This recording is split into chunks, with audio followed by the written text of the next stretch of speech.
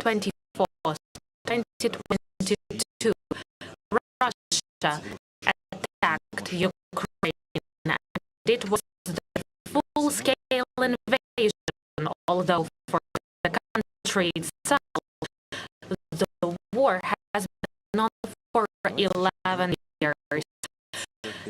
So, this is the day, February 24th, which separated the day before and after. We point future. Let me remind you that our summit will start in a few minutes.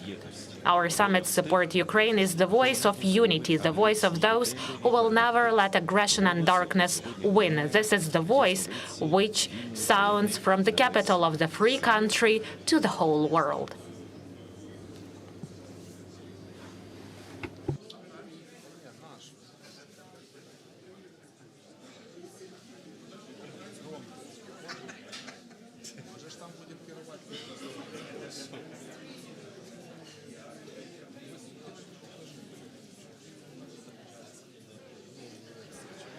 Зараз ми бачимо основну залу саміту Now we can Support see the main Ukraine. hall of Support Ukraine, and in a few minutes here, this highly important, and as you could see from previous announcements, a lot of international guests arrived, so this is the event of international representation. Leaders of many states, international organizations, European institutions arrived to this summit, Support Ukraine, in person. And today, in this hall, we, for now, have the preparatory moments, meetings, discussions, and dialogues. And shortly, the summit will start. Here, the representatives of international mass media and public organizations, diplomatic institutions, and we are expecting for the leaders of the countries, the heads of the delegations who arrived to this event and who, together with our President Volodymyr Zelenskyy, will start this highly important event where we will hear the highly relevant, important statements, and the whole world and the people of Ukraine are waiting for that.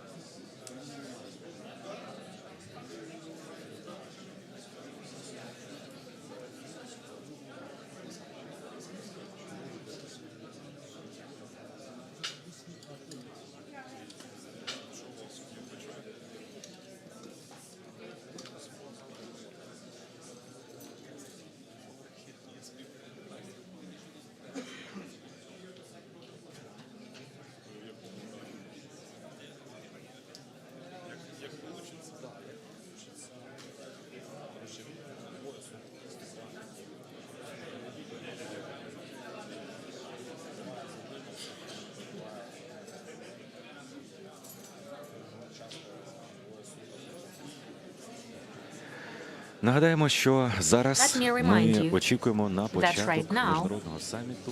we're waiting for the start of Support Ukraine Summit.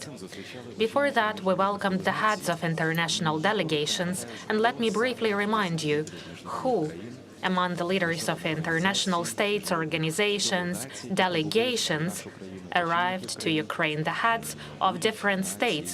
Let me remind you who will be in this event. So, the President of Ukraine, Volodymyr Zelenskyy, welcomed guests, and he will open this event.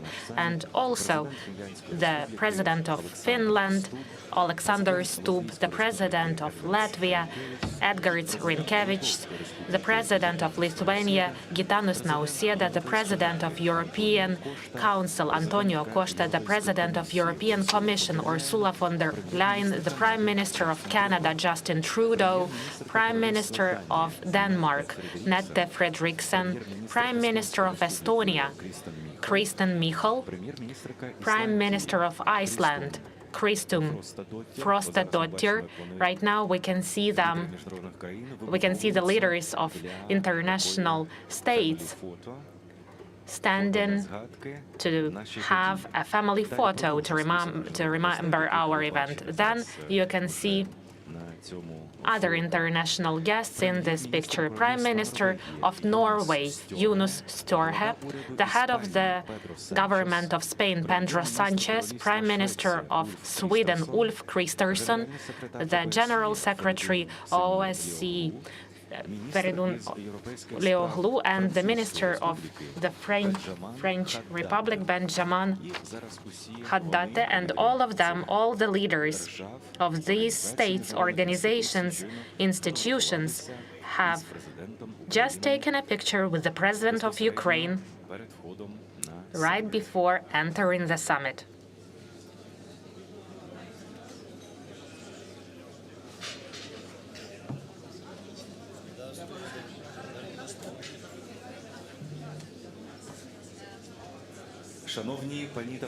Ladies and gentlemen, welcome their President of Ukraine, Volodymyr Zelenskyy, President of Finland, Alexander Stubb, President of Latvia, Edgars Rinkēvičs, President of Lithuania, Gitanas Nausėda, President of European Council, Antonio Costa, President of European Commission, Ursula von der Leyen, Prime Minister of Canada, Justin Trudeau, Prime Minister of Denmark, Mette Frederiksen, Prime Minister of Estonia, Kristen Michal, Prime Minister of Iceland, Kristun Frostadottir, Prime Minister of Norway, Jonas Støre, the head of the government of Spain, Pedro Sanchez, Prime Minister of Sweden, Ulf Kristersson, Secretary General of OSCE, Feridun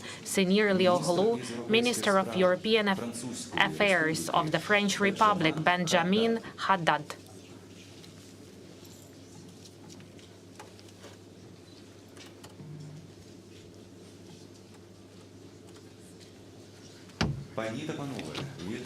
Ladies and gentlemen, we welcome you at Support Ukraine Summit. I give the floor to the President of Ukraine, Volodymyr Zelenskyy. Thank you, fellow participants of our summit, leaders, our dear friends, nations, the nations of the countries who supported us in Ukraine and their own right to independence. Today is the third anniversary since the beginning of this war. And today you can see our capital city, you can see our people with those leaders who arrived to Ukraine. We started this day by paying tribute to our soldiers who gave their life for our country. The leaders who are with us, both offline and online, all of them are supporting Ukraine, our sovereignty, our territorial integrity. And we all aware this is an unprovoked and criminal war of Russia against Ukraine, a war of aggression. And it is important not to hide this knowledge and to give a proper terms to different notions. Any actions are relying on the basis of understanding of the truth that unites the people in this country and in the world that supports Ukraine. I thank all of you. I thank you for the support. I thank to all the people in Ukraine, all the Ukrainians. I'm grateful to all the Ukrainians around the world who supported their country, and I thank you for not losing the main thing, the unity. We have not lost the truth. We have not betrayed our cause, that is the reliable and fair peace for Ukraine over the 3 years. Now, what is the point where we are right now? The 24th of February 2025, 3 years after the start of the Putin's 3-day special military operations, Ukraine still alive and still fighting. We have even more friends than ever before. Nobody believes Russia's lie about our country and our people. And even those who unfortunately supports Russia in this war, who lies together with Russia, everyone understands who and how their support. They can make different steps. They can earn some money through their relations with Russia, but they will never get respect. And our respect, the respect of Ukrainians and millions of people around the world, our respect to all of you, to the leaders, to the nations who were staying with Ukraine from the very beginning, who helped to save thousands of lives, who help us to defend our skies and to hold our positions on the front line, who are developing the production of weapons together with us in order to produce everything for ours and their stockpiles, who hosted Ukrainians in the time of need, who do not remain silent when it's important to say what is happening, and we highly appreciate this. We highly support the diplomacy for the sake of peace. This year should be the year when we initiate the process of reliable and stable peace. Putin will not give this peace in return for something. We have to gain this peace through the force, through the wisdom, and through the unity, through our cooperation. You cannot announce the peace in 1 hour or in 1 day, today, tomorrow, or the day after tomorrow. Unfortunately, that is the reality, and if someone would attempt to do so like that, without any solid foundation, that will not work. Without any security guarantees, that will not work either. The reliable and sustainable peace, this is more than a ceasefire on the front line. We remember that starting from 2014, we had over 25 times when Russia has violated the ceasefire agreements.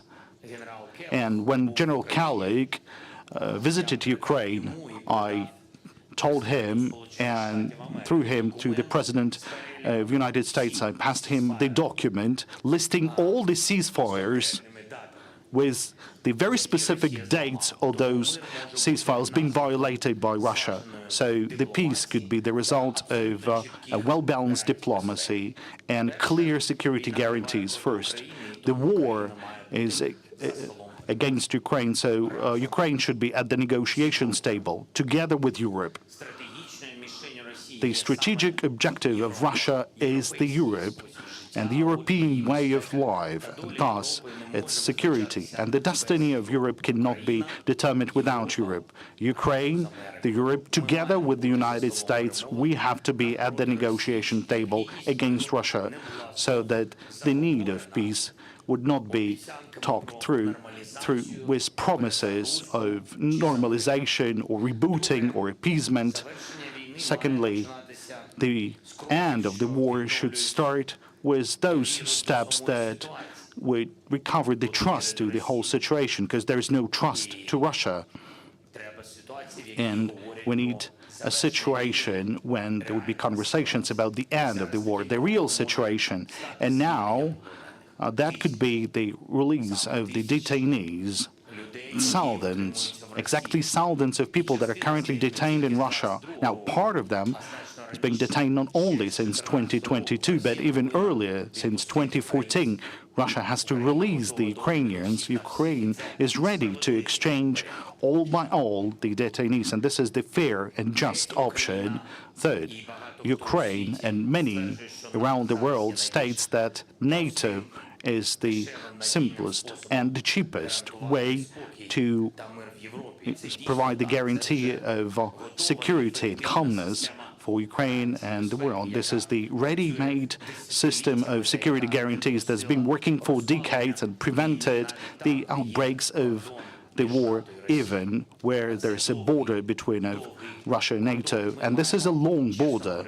We have to be fair in saying that Ukraine deserves to have a EU membership and the security guarantees that could be granted by NATO. And if the membership in NATO for Ukraine and for our people will be closed, in future we will have no other choice but to build NATO in Ukraine. That is to provide funding, a contingent, defense industry production level that would mean a guaranteed peace. Whether we would be able to do that by ourselves, no. And I'm grateful to all of you and to all of our partners, those who are ready to prepare. The security guarantees is the key to peace, and the more reliable they are, the longer will be the peace.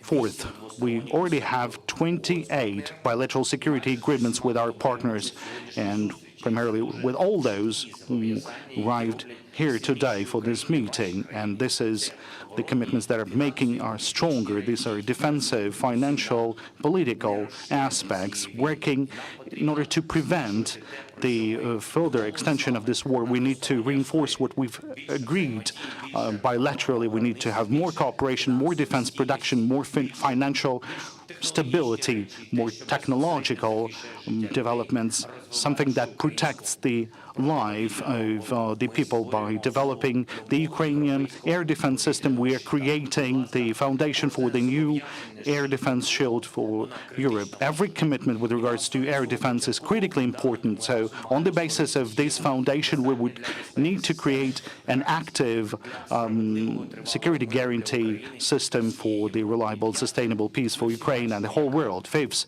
we can all see the turbulence in the global policy that is taking place, but any challenges, any problems bring new possibilities to preserve freedom in Ukraine, in Europe, and it depends on our own capability. We need to be secure and independent, and Europe will never allow itself to lag behind in some competition. Unfortunately, now we can see some lagging behind. It is only through unity, as a united continent, we can correct this lagging behind, not one for itself, but Europeans together for the whole Europe and for the whole world. And all the partners would be working together for the sake of common objectives. 24th of February is not a happy day for Putin because all of us got united, Ukrainians, their home, Europeans on their own continent. Now, United States united with Europe, the G7, and everyone in the world who understood the unfairness of Russian aggression. Now we need to do more than it was yesterday. We need to support one another more than before, so that this year we'll be able to say that we've done everything we could and we should, and finally we have the peace. I would like to extend words of gratitude to all of you for the support, for being together, for staying together. I'm proud of our cooperation. I'm proud of our friendship. I thank you, and glory to Ukraine.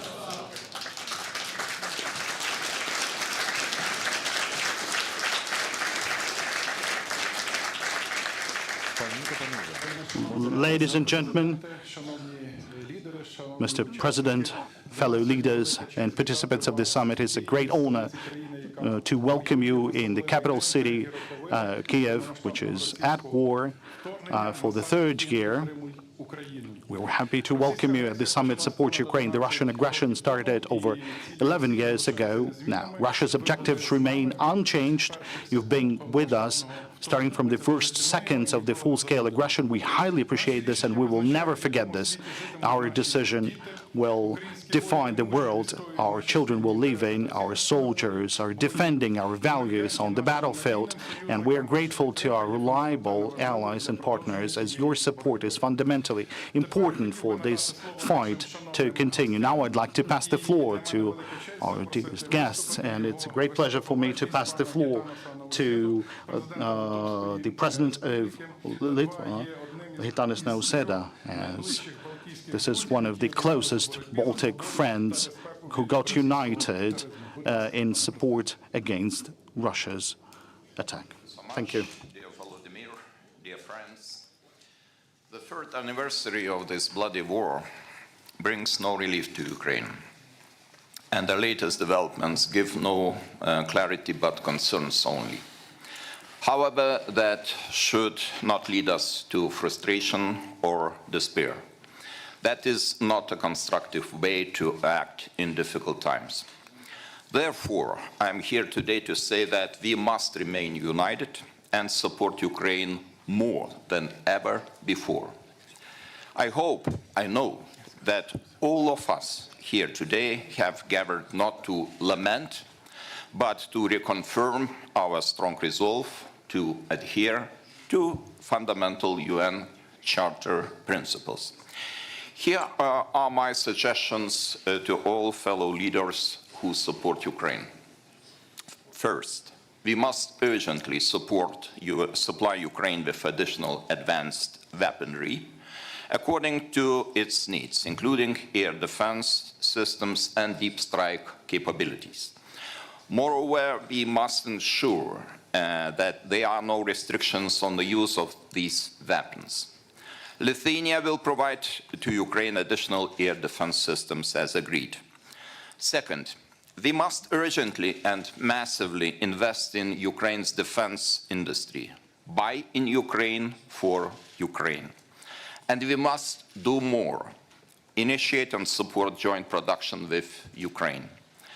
Their industrial capacity and technological potential is extraordinary. It shall provide a significant advantage to European military capability, which is in dire need of enhanced defense production. Third, right now, we need to increase and expand training programs for the Ukrainian army, enhancing their military readiness, combat effectiveness, and further integration with NATO forces. Also conduct training in Ukraine. Fourth, today, with other Nordic Baltic allies, we are pledging to support Ukraine by providing both equipment and training for a scalable brigade-sized unit. Fifth, we need to ensure a constant financial contribution to Ukraine's military needs. Lithuania stays committed to provide 0.25% of GDP to security and defense assistance to Ukraine. Actually, we are doing more. Now it's the time for leadership. We, Europeans, must assume our responsibility without delay. The security in Europe depends on the security in Ukraine. Therefore, let us accelerate Ukraine's European Union accession. I suggest a target date for accession, January 1st, 2030. The opening of the first negotiation cluster could be done in the coming weeks. Let us make Ukraine's European Union membership irreversible. Last but not least, Ukraine needs real security guarantees. NATO membership is by far the best, the most effective, the only sustainable long-term, and I am convinced the cheapest option. This option must remain on the table to strengthen Ukraine's negotiation position. Thank you. Пане президенте, дуже дякуємо за Mr. ваш President, we виступ. thank you for Тепер я your запрошую statement. Now I would like to до слова pass the floor to His Excellency President Andrzej Duda, the President of Poland. Poland is a true partner and a foundation when it goes to the support of Ukraine's struggle. We shall never forget the straightforward position of Poland in 2023 and all the times afterwards. Distinguished Mr. President, dear Volodymyr, dear Excellencies, Presidents and Prime Ministers, dear Ukrainian friends, today's event is of special importance and it is taking place in free and proud Kyiv. Putin wanted to conquer Ukraine within 3 days. He did not manage to conquer it within 3 years, and he never will. This is the true measure of determination and faith in freedom and independence of the Ukrainian people. Ladies and gentlemen, Poland is running and will continue to run a consistent policy towards Ukraine. Poland stood with you when, as the first country, we recognized Ukraine's independence in 1991. We supported you during the Orange Revolution. We stood with Ukraine when President Lech Kaczynski warned the world against the possible Russian invasion of Ukraine in 2008, when Russian tanks were pushing towards Tbilisi. I personally visited Kyiv together with President Nauseda on the 23rd of February 2022, just hours before the Russian aggression started, in order to express solidarity with Ukraine and to show Polish support in the hour of hardest trial. Therefore, rest assured that you can always count on Poland and that we will never abandon independent and democratic Ukraine. We have also been consistent vis-à-vis Russia, and we will continue to act in this way. We have always warned against the true intentions of the Kremlin.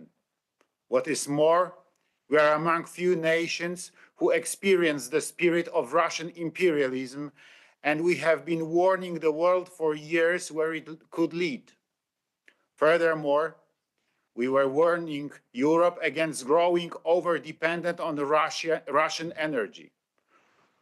For we knew very well that it was, in fact, just another type of weapon used by Moscow. Sadly, we were right, although our voice fell on deaf ears. Bearing in mind these fresh experiences, but also remembering our difficult and painful history, we Poles were and will continue to be consistent in our approach towards the United States. There is and there will be no better guarantor of security than the North Atlantic Alliance with the US at its key pillar. That is why during my presidency for 10 years, I have been consistent in my efforts to increase America's presence in Poland and across Europe. At the same time, we are not forgetting the fact that there will be no strong NATO without a strong Europe. Hence, as President of Poland, I proposed last year to raise defense spending to a minimum level of 3% of GDP by NATO allies. In Poland, we are already spending almost 5%, since we know how significant it is for us, for our security, and for our region in Europe. Only a militarily strong Europe can support Ukraine and provide credible security guarantees. Ladies and gentlemen, on the day marking the beginning of Russia's full-scale invasion of Ukraine, I wish to stress that all of us present here want peace. However, the peace that we are striving for has to be just, lasting, and backed by security guarantees. Furthermore, Ukraine must present right from the start of the official negotiations. Otherwise, a non-lasting peace will rapidly turn into another lasting war, perhaps even more bloody one. Thank you. Дякую вам дуже, пане президенте. А зараз Thank я радий to запросити Mr. до President виступу now. його I високоповажність. would like to pass the floor to His Excellency Frank-Walter Steinmeier, Federal President of Germany. Germany remains the leader in the implementation of the most difficult tasks in support of Ukraine. We highly appreciate for this, and we count on your further role as the leader.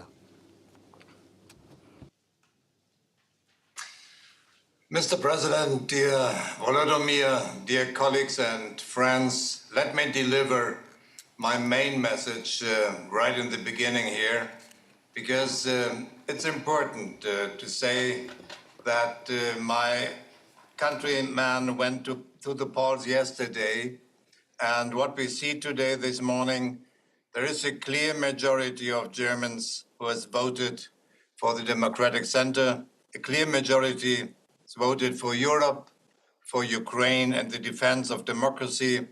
And most importantly, the people of Germany haven't forgotten what happened 3 years ago.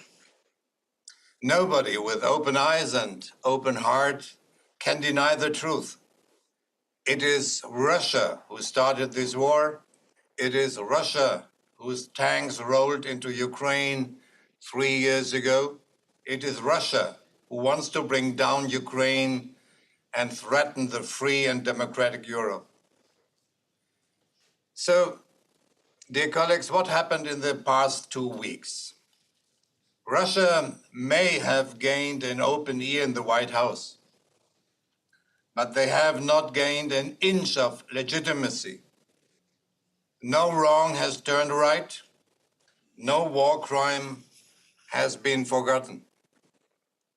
Does anybody honestly think that some thoughtless conversations or some reckless statements can crush our resolve, can make us give up our principles, or make the wrong choice? No, quite the opposite. The past 2 weeks have only strengthened our resolve as Europeans. More than ever, we have to stand up for ourselves and for Ukraine. For 3 long years, the people of Ukraine have fought for their freedom day by day, night by night. We have to make sure that their bravery and their sacrifice have not been in vain. We have to make sure that Ukraine achieves a fair and lasting peace. No matter who talks to whom, there is no meaningful negotiation without Ukraine. And we have to make sure that Ukraine will not be forced to accept a bad deal. Peace cannot be bullied into existence. Peace must be won by all of us together. That is our responsibility. If we have the will to do it, we have the strength to do it. Europe is already Ukraine's biggest supporter. 135 billion euro have been provided by EU members alone. So let's boost our efforts, especially in military support. This is the most fateful moment for Europe since World War II. The people of Ukraine and the people of Europe expect us to uphold Ukraine's freedom and the security of Europe. Germany must be a strong partner for Ukraine and a strong pillar in Europe throughout the coming weeks. The democratic leaders of Germany are aware of their great responsibility, and I will hold them to their words. You can count on Germany. Thank you so much. Дуже дякуємо. We thank Маю you so приємність much надати now. слово It's a його great pleasure for me to pass the floor to His Excellency, to Edgars Rinkēvičs, the President of Latvia. Your country is absolutely brave and absolutely strong in support to Ukraine. Thank you, Mr. President. Dear President Zelenskyy, dear Volodymyr, Excellencies, dear colleagues, friends. Exactly 3 years ago, as a Foreign Minister of Latvia, I was here in Kyiv when Russia started its unprovoked, brutal invasion of Ukraine. And it was already clear then that Ukrainians will resist. I think that today we admire the brave Ukrainians for their fight. We stand with Ukraine, we support Ukraine, and I think that we all see that Ukraine has shown the world true resilience in its fight for the good and in its fight for its people. But it has also come at a great cost. People kidnapped and tortured, lives lost. Thousands of Ukrainian children have been abducted and are forced to live in Russia or occupied territories. And it is absolutely clear that it cannot be left in vain. Ukrainians deserve just peace. Ukraine must be at the negotiation table, not on the table. Europe must be at the table as well. As you said yesterday, dear Volodymyr, this is our table. And we must ensure that Ukraine is strong and independent. Russia is contained and deterred. Borders are not changed by force. Europe takes full responsibility for its security by investing in its own defense. Ukraine, Europe, and the United States work together to achieve durable peace. Europe is more powerful, as some critics may say, but what we need is a strong will. Today is a pivotal moment for the world and Europe. Europe must be brave like Ukraine and use Russian frozen assets for Ukraine. Europe must be brave to make fast decisions on budget deficit rules to finance security and defense. And Europe must be brave to mobilize our resources and ensure that Ukraine gets everything it needs on the battlefield and beyond. Latvia with Nordic Baltic countries have been among the strongest supporters of Ukraine, and we will remain so. As President Nausėda just said, the Nordic Baltic countries are pledging to support Ukraine by providing equipment and training for a scalable brigade-sized unit. My own country devotes 0.25% of GDP to Ukraine's military aid. We will continue to do that.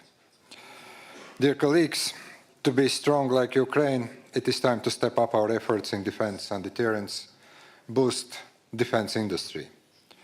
We need weapons now and not in 10 years, for both Ukraine and also for ourselves. Unfortunately, the age of hard power has re-emerged, and we need hard power. Europe must act now. Latvia has made the decision to invest 4% of GDP in defense, with the aim to reach 5% in the near future. And I think that the new norm for NATO and Europe is 3.5% of GDP. Ladies and gentlemen, we all want just and lasting peace for Ukraine. In order to achieve this goal, we need the United States, its commitment and goodwill. Equally, we need to step up European responsibility and effort. And we are at the opening of this process. Search for the best solution is not an easy one. And I believe that Ukraine, Europe, the United States can and should work to achieve this goal. We sometimes have disagreements, we sometimes have harsh rhetoric, but it is important that we all search for solutions. If we try hard, we definitely are going to succeed. Slava Ukraini! Дуже дякуємо, пане президенте. В Thank Україні you, лунає Mr. President. повітряна In тривога. Ukraine, we have air raid sirens, so we remember that these days are the times of martial law, so let me remind you of that again. I'd like to give the floor to Petr Pavel, the President of the Czech Republic. The support of Czech Republic is highly important. We value artillery initiative that is very successful and innovative tool supporting our fight. The President, the floor is yours. Thank you. Dear Volodymyr, dear colleagues, heads of states and governments, European Commission and European Council, it's great to see us all around the table, both physically and online, in support of Ukraine. For all of these 3 long years, when Russia is waging a full-scale war against Ukraine, I have no doubt that the ultimate goal of this aggression has always been to wipe Ukraine as we know it off the map.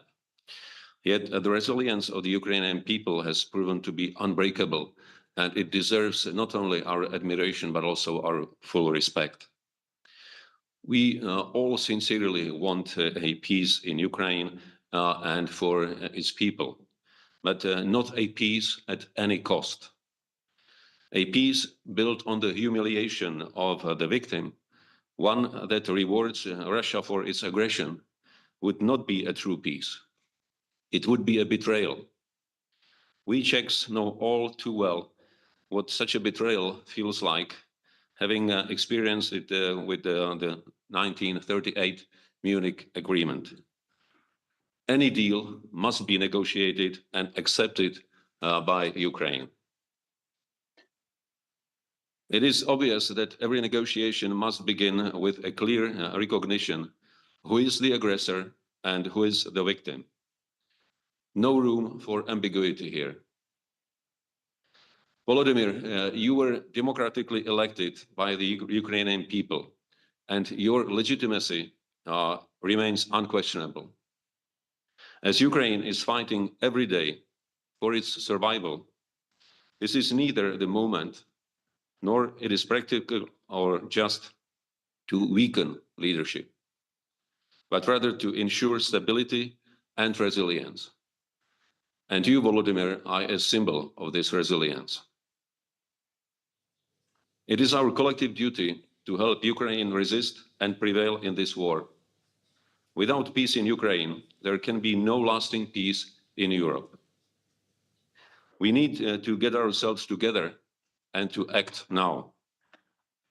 Deterring Russia is the only way forward. Today, I would like to stress 5 points. First, we must collectively continue helping Ukraine build up its own robust defense capabilities. And Czech companies are already contributing and will do its part in the future as well. Second, it is crucial to continue with military supplies to Ukraine. In this regard, the ammunition initiative and all other similar initiatives have proven effective.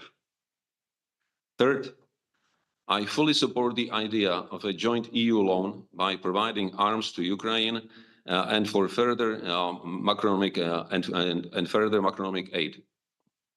Fourth, the process of Ukrainian accession to the EU and incorporating Ukraine into the European single market must accelerate.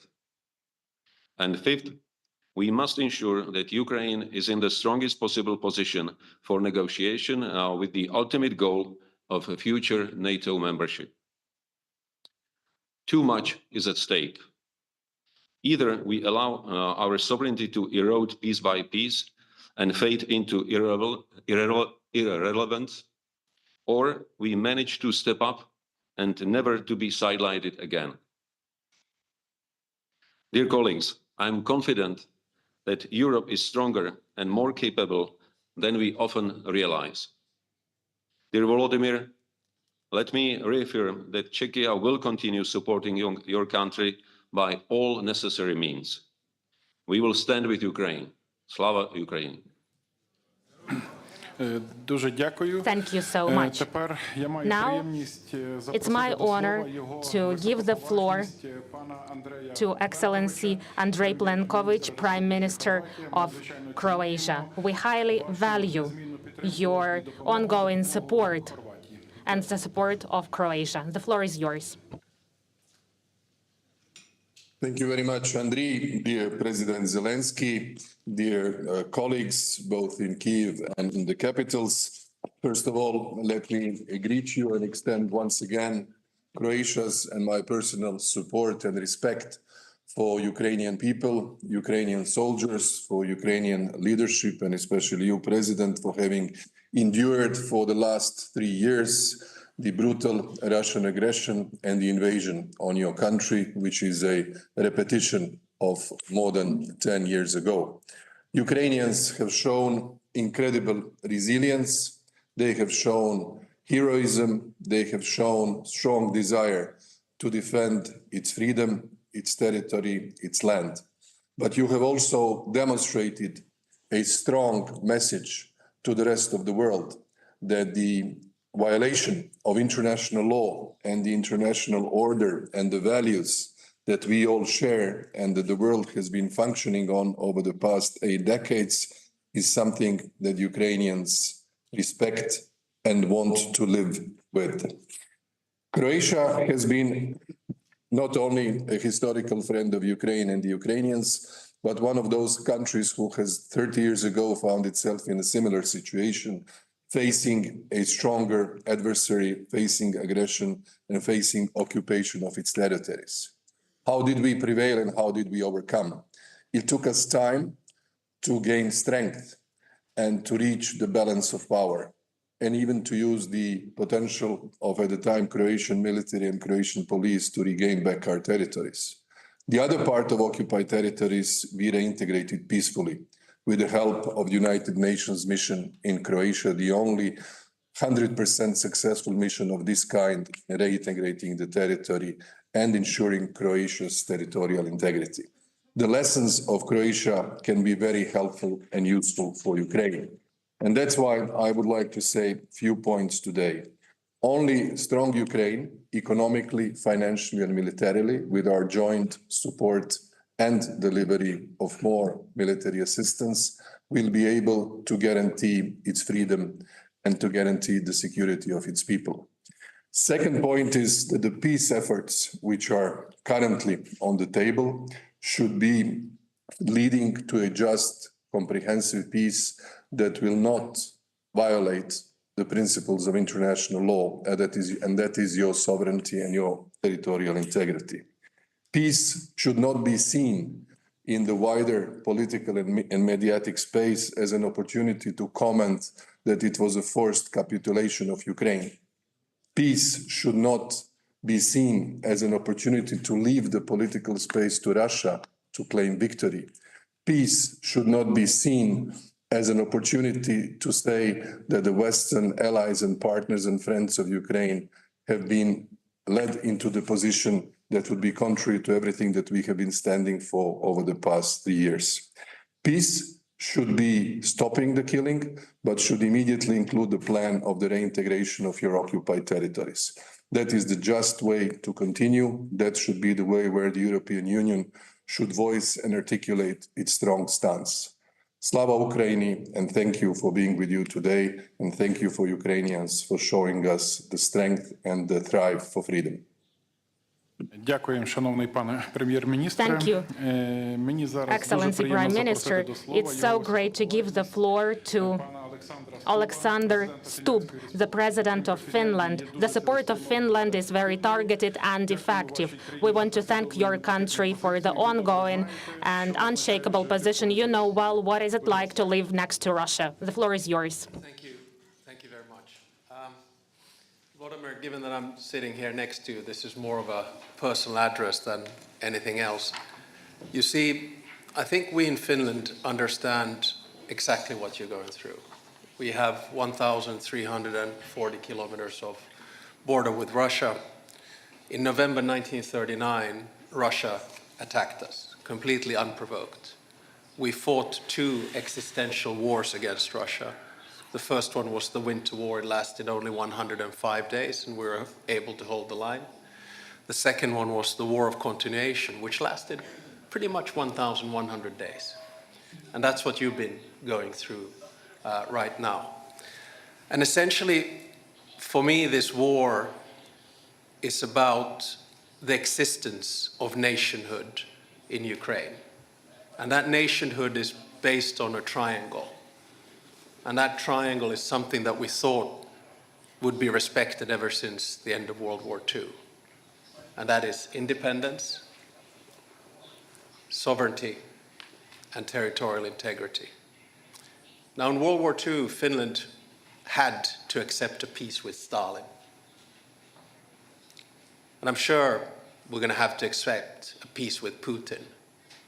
But the peace that we accepted had only one out of the 3 statehood principles in it: independence. We were the only country bordering the Soviet Union that was able to retain our true independence. But we lost our sovereignty. You know, we couldn't decide the clubs we wanted to join. We were able to join the EU only when the Soviet Union collapsed in 1995. And we lost 10% of our territory, including the areas where my grandparents were born and where my father was born.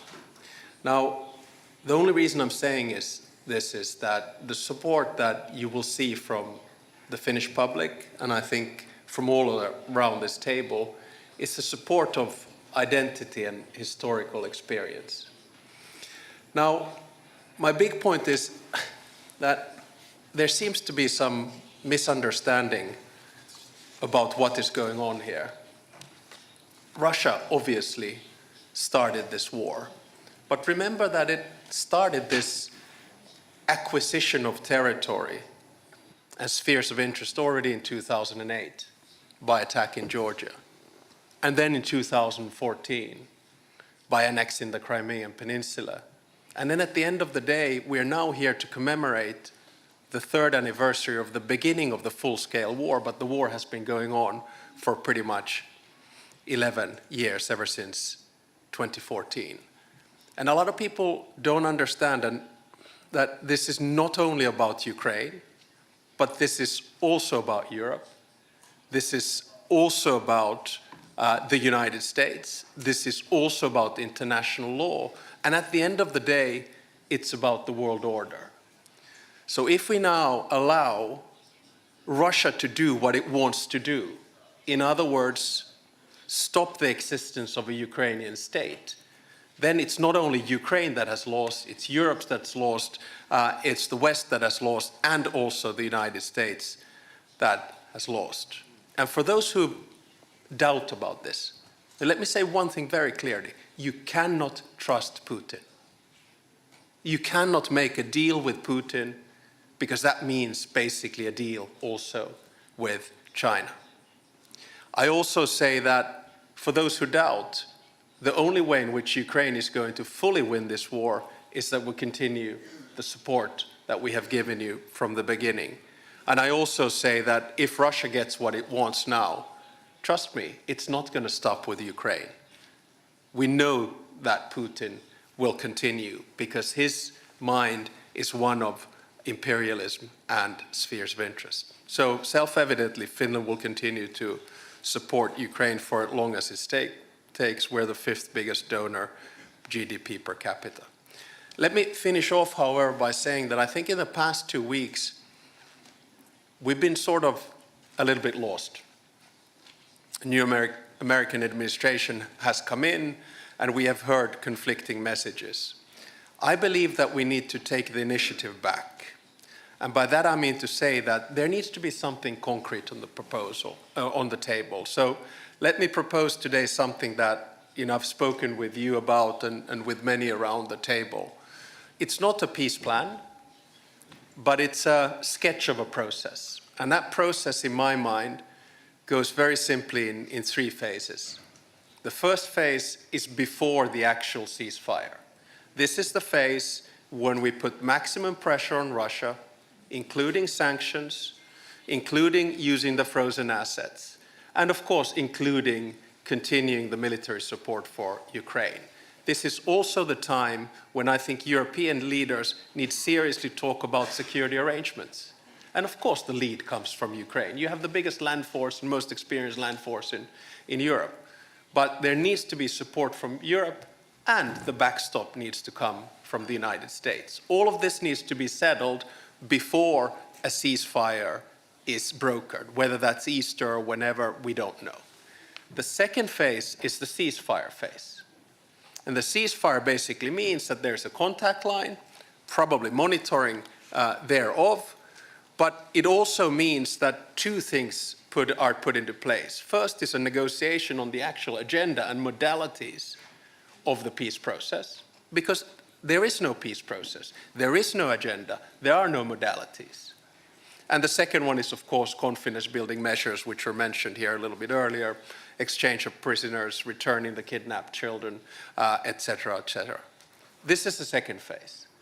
Then only begins the third phase, and we are far, far, far from it. And that is the actual peace process. That's when there is conversation about territory, that's when there is conversation about reconstruction, and that's when there is conversation about unraveling the sanctions. Having said all of that, very conditional by the way, having said all of that, I think we need to make clear to the Russians and everyone else that there are a few things that are completely off the table in these negotiations. One is EU membership. It is not Russia who decides on EU membership. It is the European Union who does that. Two is NATO. It is not Russia that decides on NATO membership. It is the alliance itself. Three is Ukrainian defense. It is not Russia that decides on what Ukraine has by its border, when, where, and how. And four, European security arrangements or order. It's not Russia that decides on that. We already have a European security order and should stick to it. So those are off the table. And let me just finish off, because I do think this is such an important day, and I was watching all the colleagues on Maidan Square and the rest of it. But I do think this is a day when we have to honor the fallen Ukrainian heroes. I also believe that this is a day where we have to face the fact that Putin has lost this war, in a sense that we will see a European Ukraine. We will see eventually Ukraine in NATO. We've seen a unified European Union and hopefully a stronger transatlantic alliance in the long run. And on a day like this, I think it's time to pave the way for a plan for Ukrainian victory. Slava Ukraini.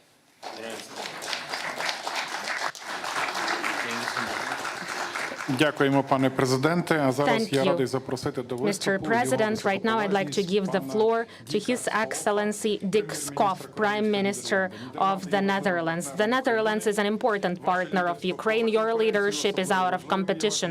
Highly important contribution is the strengthening of the safety of the sky. The floor is yours. Thank you. Mr. President, dear Vladimir, colleagues, ladies and gentlemen. One of my first international trips after I became Prime Minister of the Netherlands last summer was to Zaporizhzhia, was to Ukraine.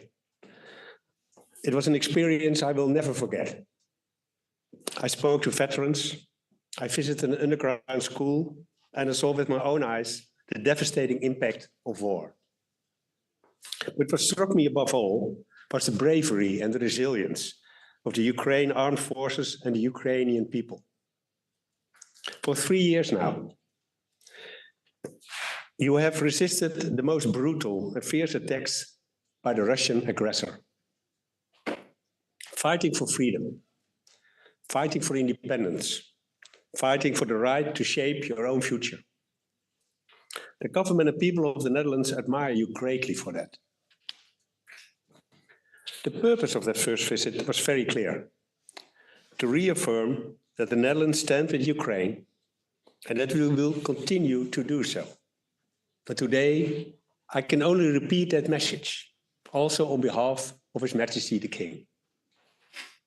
Ukraine can count on our unwavering military, financial, and political support, now and after the war, when justice must be done and Ukraine must recover. So it's good to see so many of you today. It shows that support for Ukraine remains strong and widespread. Today marks the start of the 4th year of the terrible war. Let us hope that it also marks the beginning of the end. In the past few turbulent weeks, we have been face to face with history. None of us can predict what will happen over the next few weeks and months. But whatever that may be, for the Netherlands, there can only be one outcome. And that is a just and lasting peace, both for Ukraine and for Europe. That means a peace that not only ends hostilities here and now, but also guarantees a safe future. That's why it's so important that Ukraine remains strong on the battlefield. Because we need peace through strength and not the enduring threat of war through weakness. And furthermore, it's crucial that your voice and our voices are heard in the negotiation process. Nothing about Ukraine without Ukraine. Nothing about Europe without Europe. Thank you, Vladimir, for inviting us to this summit. Thank you all for attending and showing your support. Let's keep working together towards the best possible outcome. Thank you. and Slava Ukraine.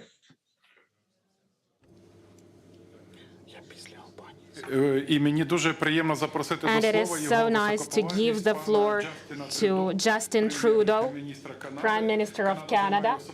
And Canada matters highly, and it takes the whole place, the very important place in the hearts of Ukrainians in G7 and after the Canadian leadership. This is really important for our success in the fight. Prime Minister, the floor is yours. Bonjour, mes chers amis. Good morning, everyone. Thank you to my fellow leaders for your timely and salient remarks. And above all, thank you, Volodymyr, for hosting today's summit and for your courageous leadership as the duly elected democratic leader of this great nation. Since the start of Russia's full-scale illegal war of aggression 3 years ago, you've shown remarkable personal bravery, resilience, and resolve, a defiant spirit mirrored by the unbreakable Ukrainian people. You continue to inspire me and tens of millions of my fellow citizens back home in Canada. But let us be frank. You and the Ukrainian people should never have had to endure even a single day of this unjustified, brutal war, let alone 1,096 of them, or more accurately, over 4,000 of them since Russia illegally seized Crimea back in 2014. This is not a conflict Ukraine wanted, provoked, or asked for in any way.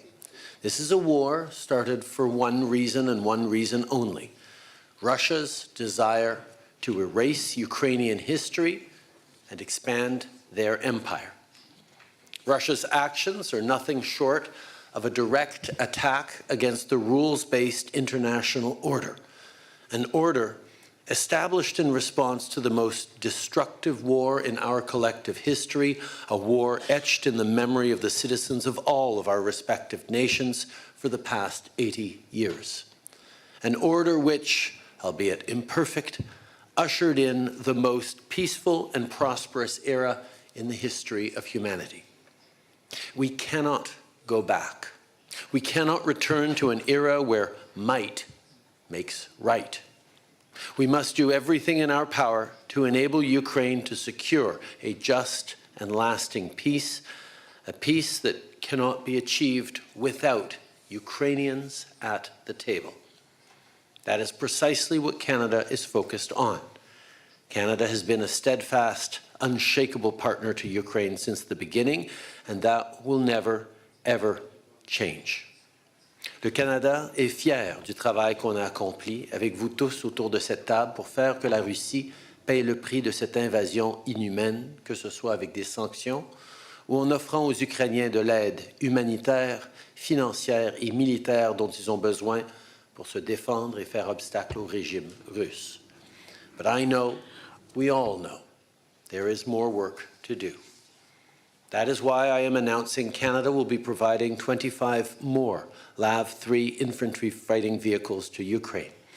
We will be delivering 2 armored combat support vehicles which Ukrainian forces will be trained on shortly in Germany. Landing systems for F-16s were delivered just 2 months ago, and 4 F-16 flight simulators will be provided in the coming months. And that's on top of the millions of additional rounds of ammunition, components for drone cameras, and first aid kits. We're also dispersing the first installment of the $5 billion in assistance to Ukraine funded through revenues from frozen Russian assets, along with providing a grant to help Ukraine maintain its energy security in the wake of consistent, reckless attacks by Russia on Ukrainian energy infrastructure. Throughout all this, we need to keep in mind the size of the human cost of the Russian aggression for the past 3 years. Ukrainians who've lost their lives fighting courageously for their land, children taken from their families and homes and communities, which is a disgusting war crime, and violence subjected to prisoners of war taken by Russia. implementing the Montreal Pledge to address the human costs of the war, a declaration made at the conference we co-hosted there last autumn with Norway and Ukraine, is more urgent than ever. We will continue to work with Ukrainian forces through Operation Unifier, which has already trained tens of thousands of Ukrainian soldiers. And once a just peace is secured, Canada stands at the ready to work with our partners around the world to provide Ukraine the security it needs for the peace to last, allowing it to recover, rebuild, and prosper. Regardless of the great distance separating our two countries, Canada knows this is a war that we cannot afford to ignore. I know the stakes. Canadians know the stakes. All of you around this table know the stakes. And most of all, Ukrainians know the stakes. This is a war of aggression on Ukraine's people, culture, identity, and very existence. But it's also a war on our way of life. It's a war on democracy, on the rule of law, on self-determination, a war on justice, and a war on truth. At this critical moment, I think of the words of the great Ukrainian poet, Taras Shevchenko, whose works have been echoed by millions of Ukrainians as a source of inspiration. You must fight on, you will triumph. God is helping, leading. At your back are justice, glory, and sacred freedom. That excerpt was proudly recited in Independence Square by Serhiy Nihoyan, the first martyr of the Revolution of Dignity, shortly before he was killed. And 11 years later, it continues to ring true. Ukrainians will triumph because Ukrainians are fighting for what is right. But they cannot and should not do it alone. It's up to all of us in this room and around the world to meet this moment as well. And we can't wait. The moment to stop this war of aggression, the moment to defend democracy, the moment to stand for our shared values is now. So let us seize it. Merci beaucoup, mes amis. Slava Ukraini. Дякуємо, шановний пане прем'єр-міністре. А зараз я хотів би the Prime Minister. Now I'd like to pass the floor to His Excellency Recep Tayyip Erdogan, the President of Turkey, and the President remains a steadfast and true supporter to Ukraine's sovereignty and territorial integrity. We are highly grateful for that. Kıymetli Ukraynalılar, sevgili Kırım Türk'ü soydaşlarımız, saygıdeğer katılımcılar, sizlere en kalbi duygularımla, saygıyla selamlıyorum. Video mesaj yoluyla da olsa sizlere hitap etmekten memnuniyet duyuyorum. Savaşın 3. yılını doldurduğumuz bu acı günde ülke ve millet olarak dost Ukrayna halkının yanında olduğumuzu öncelikle ifade etmek istiyorum. Geçtiğimiz 3 sene zarfında topraklarını savunurken hayatlarını kaybeden Ukraynalılar için taziye dileklerimi iletiyor, yakınlarına başsağlığı diliyorum. Türkiye 2014 yılında Kırım'ın ilhakından bu yana uluslararası hukukun temel ilkeleri doğrultusunda Ukrayna'nın haklı davasına gereken desteği vermiştir. Bundan 3 sene önce çatışmalar başladığında savaşa karşı olduğumuzu nasıl ilan ettiysek, bugün de savaşın müzakereler vasıtasıyla sonlandırılması için her türlü gayreti göstermeye kararlıyız. Bunu yaparken Ukrayna'nın toprak bütünlüğü, egemenliği ve bağımsızlığına olan güçlü desteğimizi sürdürüyoruz. Savaş 4. yılına girerken diplomasiyi, diyaloğu ve müzakereleri temel alan yaklaşımların ivme kazandığını görmekteyiz. Bu sürecin çatışmaların sonlandırılmasının ve kalıcı barışın tesisinin başlangıcı olmasını umut ediyoruz. En başından beri savunduğumuz üzere adil ve kalıcı barışa giden yol ancak ve ancak savaşın her iki tarafının da eşit ve hakkaniyetli bir şekilde temsil edildiği bir denklemle açılabilir. Sayın Zelenskyy ile geçtiğimiz hafta Ankara'da Türkiye'nin bu önemli kavşakta sağlayabileceği katkıları ve müzakerelere ev sahipliği yapma istediğini de ele aldık. Şunu tüm samimiyetimle ifade etmek isterim. Gelecek sene savaşın değil, barışın yıl dönümünü idrak etmek için hepimize önemli sorumluluklar düşüyor. Türkiye olarak adil ve kalıcı barışın tesisi için tüm gücümüzle çalışmaya devam edeceğiz. Bu düşüncelerle 2025'in barışın inşa edileceği bir yıl olmasını canı gönülden temenni ediyorum. Birkaç gün sonra kavuşacağımız Ramazan-ı Şerif'in tüm insanlığa barış, huzur ve esenlik getirmesini Rabbimden niyaz ediyorum. Hepinize saygı ve selamlarımı gönderiyorum. Kalın sağlıcakla. Дякуємо. І зараз We я are радий grateful, запросити and до now виступу it її is my pleasure to високопповажність pass the floor to Her Excellency Карін Karin Sutter, the President of Switzerland. And Switzerland played a very important role in promoting the global vision of the comprehensive and sustainable peace for Ukraine and the whole world. So please, you have the floor. Thank you so much, Mr. President, Excellencies, ladies and gentlemen. On behalf of Switzerland, I would like to thank you for the invitation to this summit. Let me start by expressing my heartfelt vicinity to the Ukrainian people who have endured another terrible year of suffering and war. For the last 3 years, Switzerland has been calling on Russia to immediately cease all hostilities and withdraw its troops from the territory of Ukraine. And we reiterate this call today.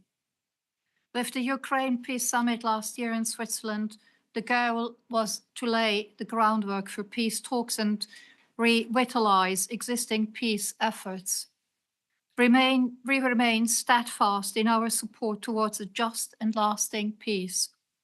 It is clear to us that a durable solution can't be achieved without Ukraine. This war has global long-term effects. Therefore, we remain committed to working closely with our partners in Europe and beyond for a peaceful future for Ukraine and the entire continent. Ukraine has become one of the most heavily mined countries. This is not only a threat to lives, but also to food security in Ukraine and in the world. Last year, Switzerland hosted the Ukraine Mine Action Conference. More than 40 countries signed the Lausanne Call for Action, committing to concrete actions towards humanitarian demining in Ukraine. Switzerland also stands with Ukraine by providing humanitarian aid and supporting reconstruction. 2 weeks ago, the Swiss Federal Council approved a country program of 1.5 billion euro for Ukraine's recovery and reconstruction over the next 4 years. Switzerland has welcomed Ukrainian refugees, providing them with protection and support. Excellencies, in 2026, Switzerland will chair the OSCE. We will continue to work with all of you to contribute to peace and security in Europe. On this day, our thoughts are with all those who have suffered and continue to endure hardship due to this war. Let me reaffirm Switzerland's commitment to supporting Ukraine's recovery and reconstruction efforts and to working towards a future of peace, stability, and justice. Thank you. Дуже дякуємо. А зараз я маю особливу Thank you. Now it приємність is a передати great pleasure слово for me його to pass the floor to Antonio Costa, the President of the European Council. And thank you for your personal leadership and support. Thank you. Dear Volodymyr, people of Ukraine, dear colleagues, excellencies. 3 years ago, Russia launched a full-scale invasion in Ukraine, a Russian war of aggression that was unprovoked, unjustified, and illegal, a war that violates Ukraine's sovereignty, its territorial integrity, its international recognized borders, and the fundamental principles of international law enshrined in the United Nations Charter. My thoughts are with all Ukrainians, with all those who have lost a family member and friend, with those who are wounded. The suffering Russia has inflicted in Ukraine is cruel and unjustifiable. The presence of all of us here today is a demonstration of our solidarity with people of Ukraine and with you, President Zelenskyy. We were here with you from day one. We stand and we will stand with you side by side, shoulder to shoulder, in the war, in future peace negotiations, in the reconstruction, and as a member state of the European Union. We all want this war to end and the suffering and destruction to stop. This is why this moment is so important. Russia is a threat to the international rules-based order.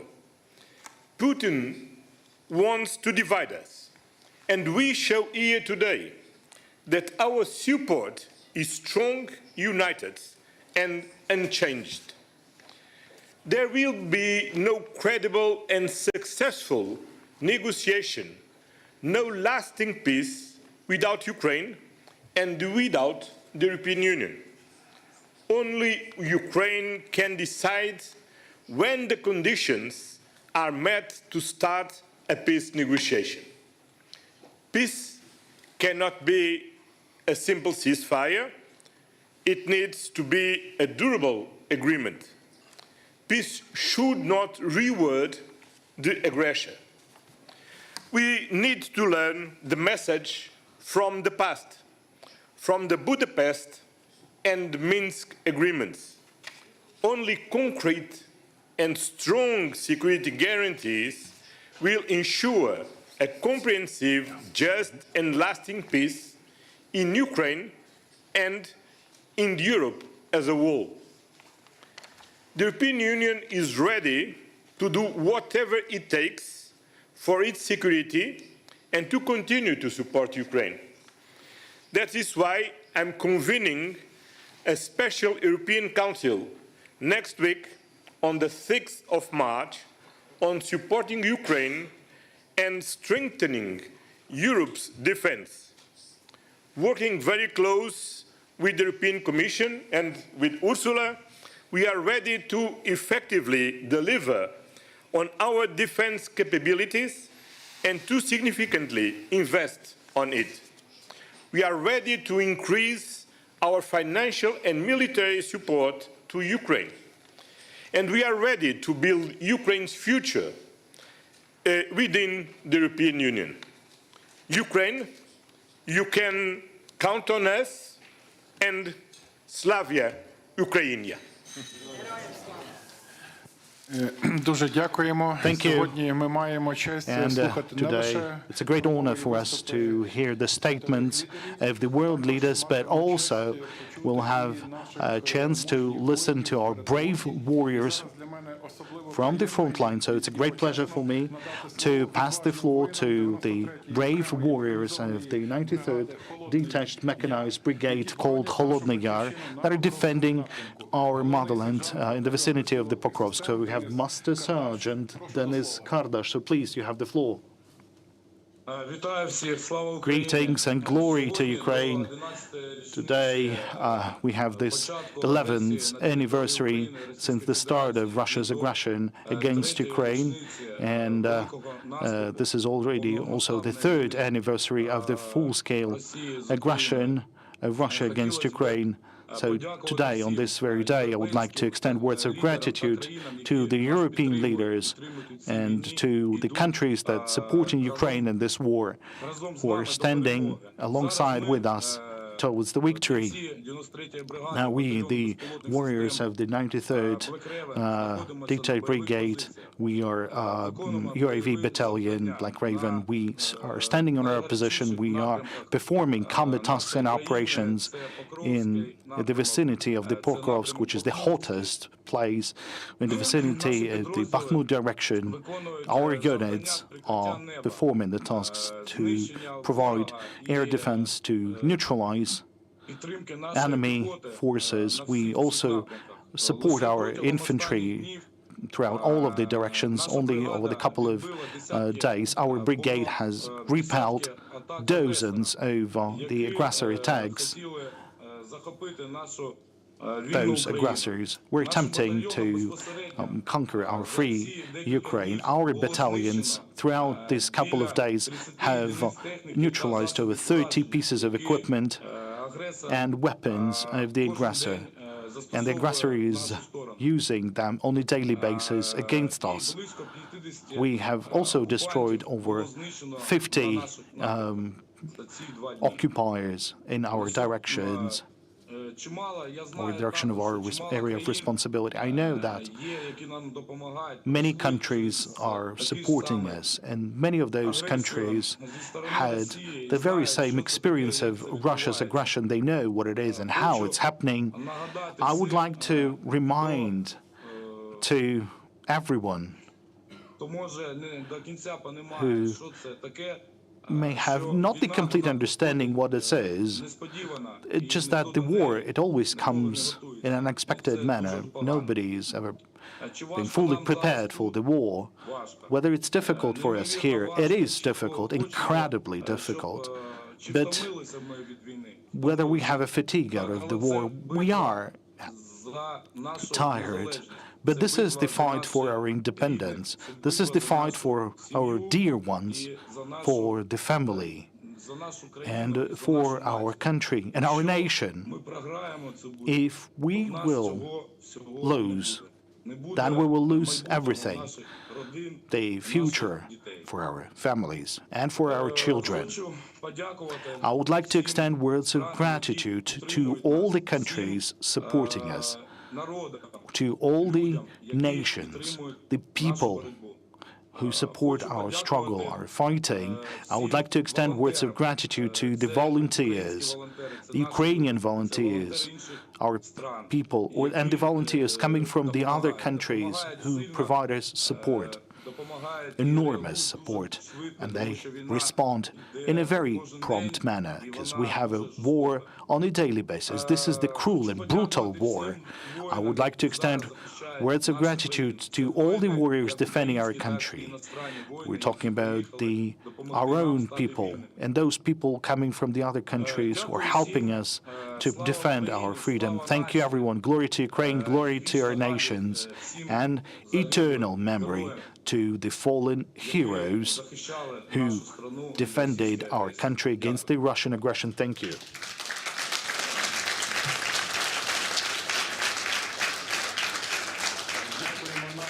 Thank you.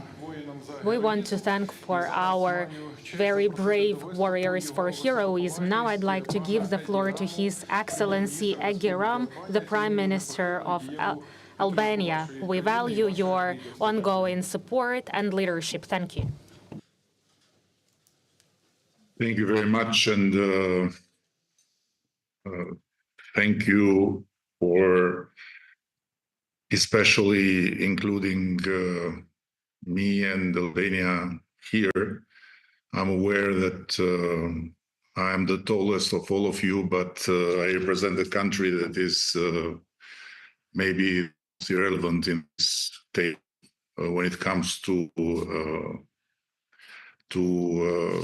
manpower and when it comes to military power and all this. I cannot but fully agree with everything that was said, and I don't want to waste anyone's time by repeating the fundamentals that all the friends and the colleagues around the table have underlined. However, I cannot prevent myself to raise a question because it seems to me, following the whole meeting, that nothing has happened. It seems to me that this meeting is like a registration of a meeting 3 months ago, or a year ago, or 2 years ago. But I'm not sure that is the case, and I think that something important has happened, as you all know. And the question is how Ukraine will be supported efficiently, and how much we can be, all of us. But again, I apologize because I know that here it's about EU first, it's about other big countries, and not about Albania, but how Europe as a continent can be efficient in protecting itself and in making the best out of something that is going on, a negotiation between Russia and the United States. And I'm not sure that just talking about increasing military support and increasing military spending, we get the whole point. But this is my humble opinion. Maybe I'm wrong. And what I just shared yesterday with Volodymyr in our conversation, I want to share with you that, in my understanding, Europe as a continent need to have a long trench of diplomacy, including Great Britain, of course, Turkey, European Union, by no doubt, and have a position. Have a position, because I'm afraid that it will be unsustainable with the public opinions, especially in the western side of the continent, to continue and just say what we are saying here, but in the meantime, looking US and Russia striking a deal, and Ukraine being cut out or being imposed something that may be totally unjust. So we have been for a long time in the American autopilot. Now the autopilot seemingly is off. Nobody knows for how long. And I believe that it's time to have a deeper reflection than just what we will do in terms of military support or military spending. Because it for sure is very necessary, but might not be enough. And so, with all this being said, I repeat, no doubt that we are fully behind Ukraine. No doubt that we are fully behind any decision the grown-ups in this space will make. But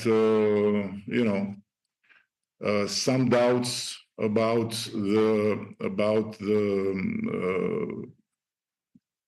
the fact that here we are talking just about half of the story and not of the other half, and we are dealing just about half of the problem, which is the military side, and not the other half, which is the politics and the diplomacy of it, has to be shared. And I apologize again. I'm very much aware that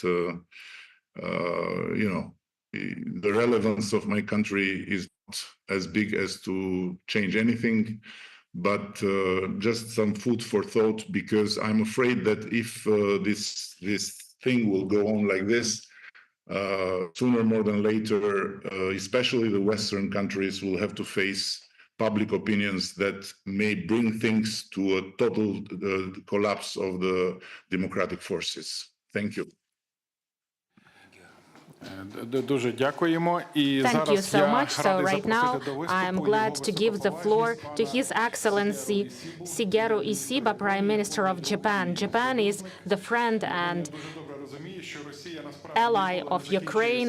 Japan understands that Russia never stops the war 2025, this is the year where we admit that the safety of European and Indian Pacific regions are inseparable. The floor is yours.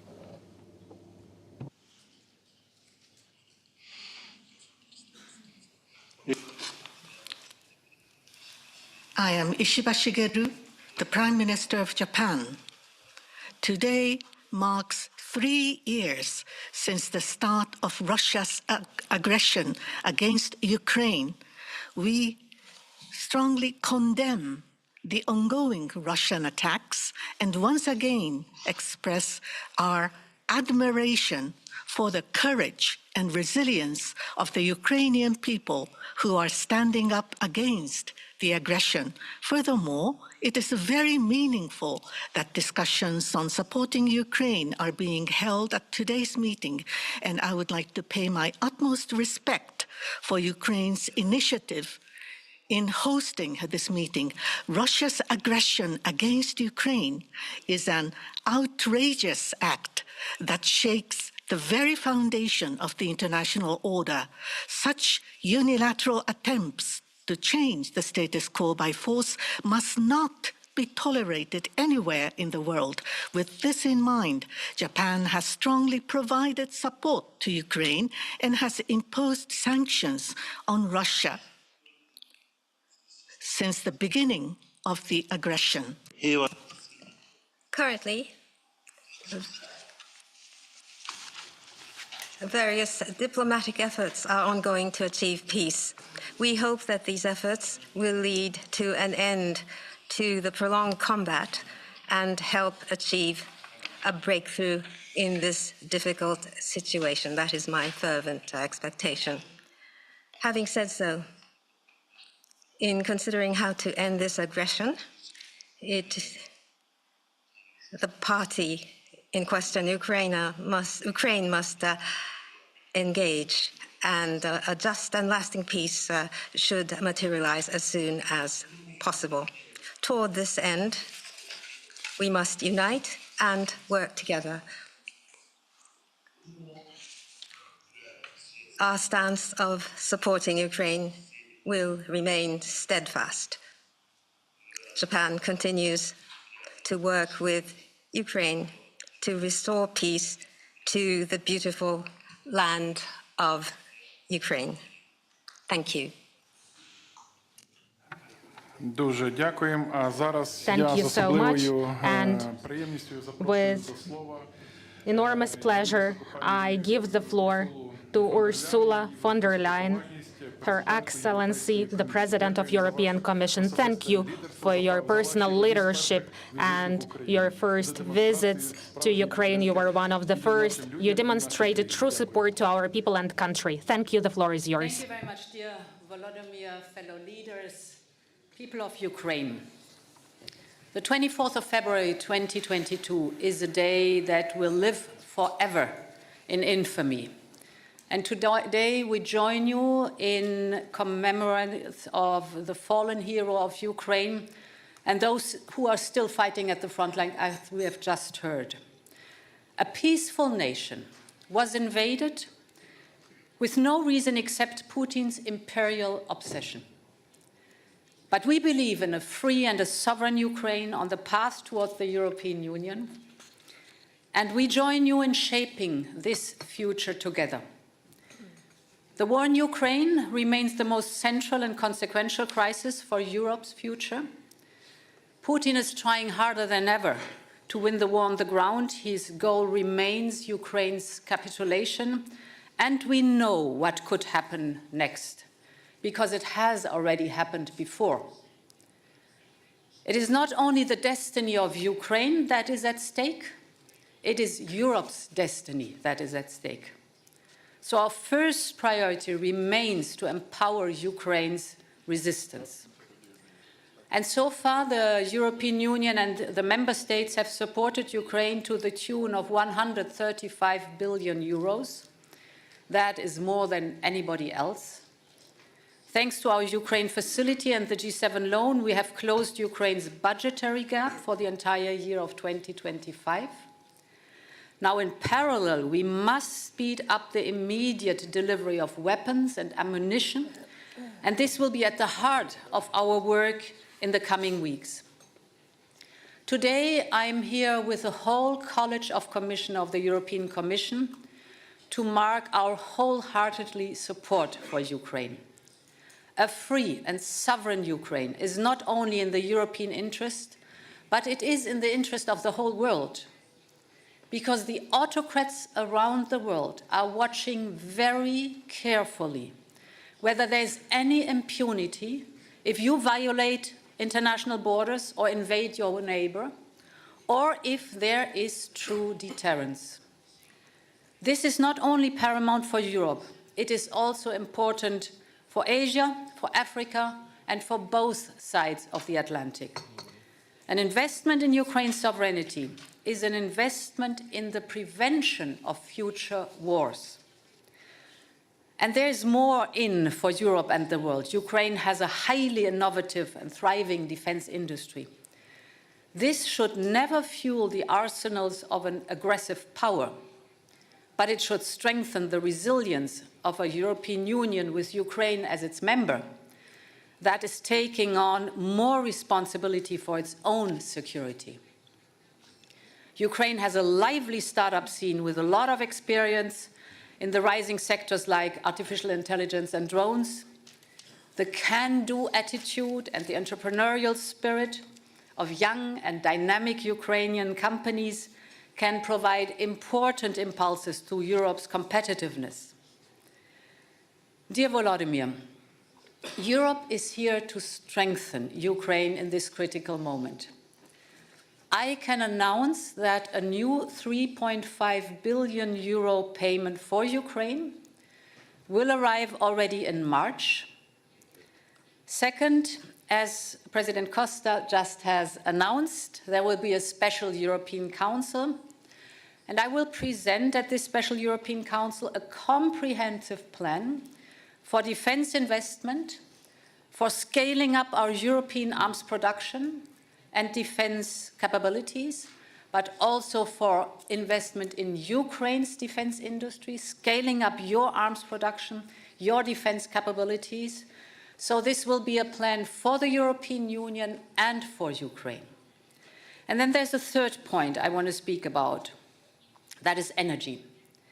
For 3 years, Russia has sought to plunge Ukraine into darkness by relentlessly targeting the energy infrastructure. Therefore, the Commission has prepared an ambitious package on energy security. The aim is to ensure a resilient, a secure, competitive energy system for Ukraine. Together, we have managed during this winter already to provide 1.8 gigawatt. But now we will fully integrate Ukraine's and Moldova's electricity market in our own electricity market by the end of next year. And we will seize the full potential of Ukraine's vast gas storages, of which 80% are located closer to the EU member states, and this will generate income for Ukraine. And we will accelerate investment in Ukraine's renewable energy. All these efforts will result in greater energy security for both the European Union and Ukraine.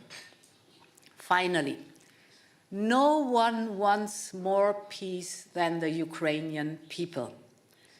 But they want a just and a lasting peace. And this only comes through strength. And this is why we strengthen your economy. This is why we increase the resilience of your energy sector. This is why we will continue training and equipping your troops. Think of the importance of artillery ammunition, for example. This is why we have to provide security guarantees backed by the United States.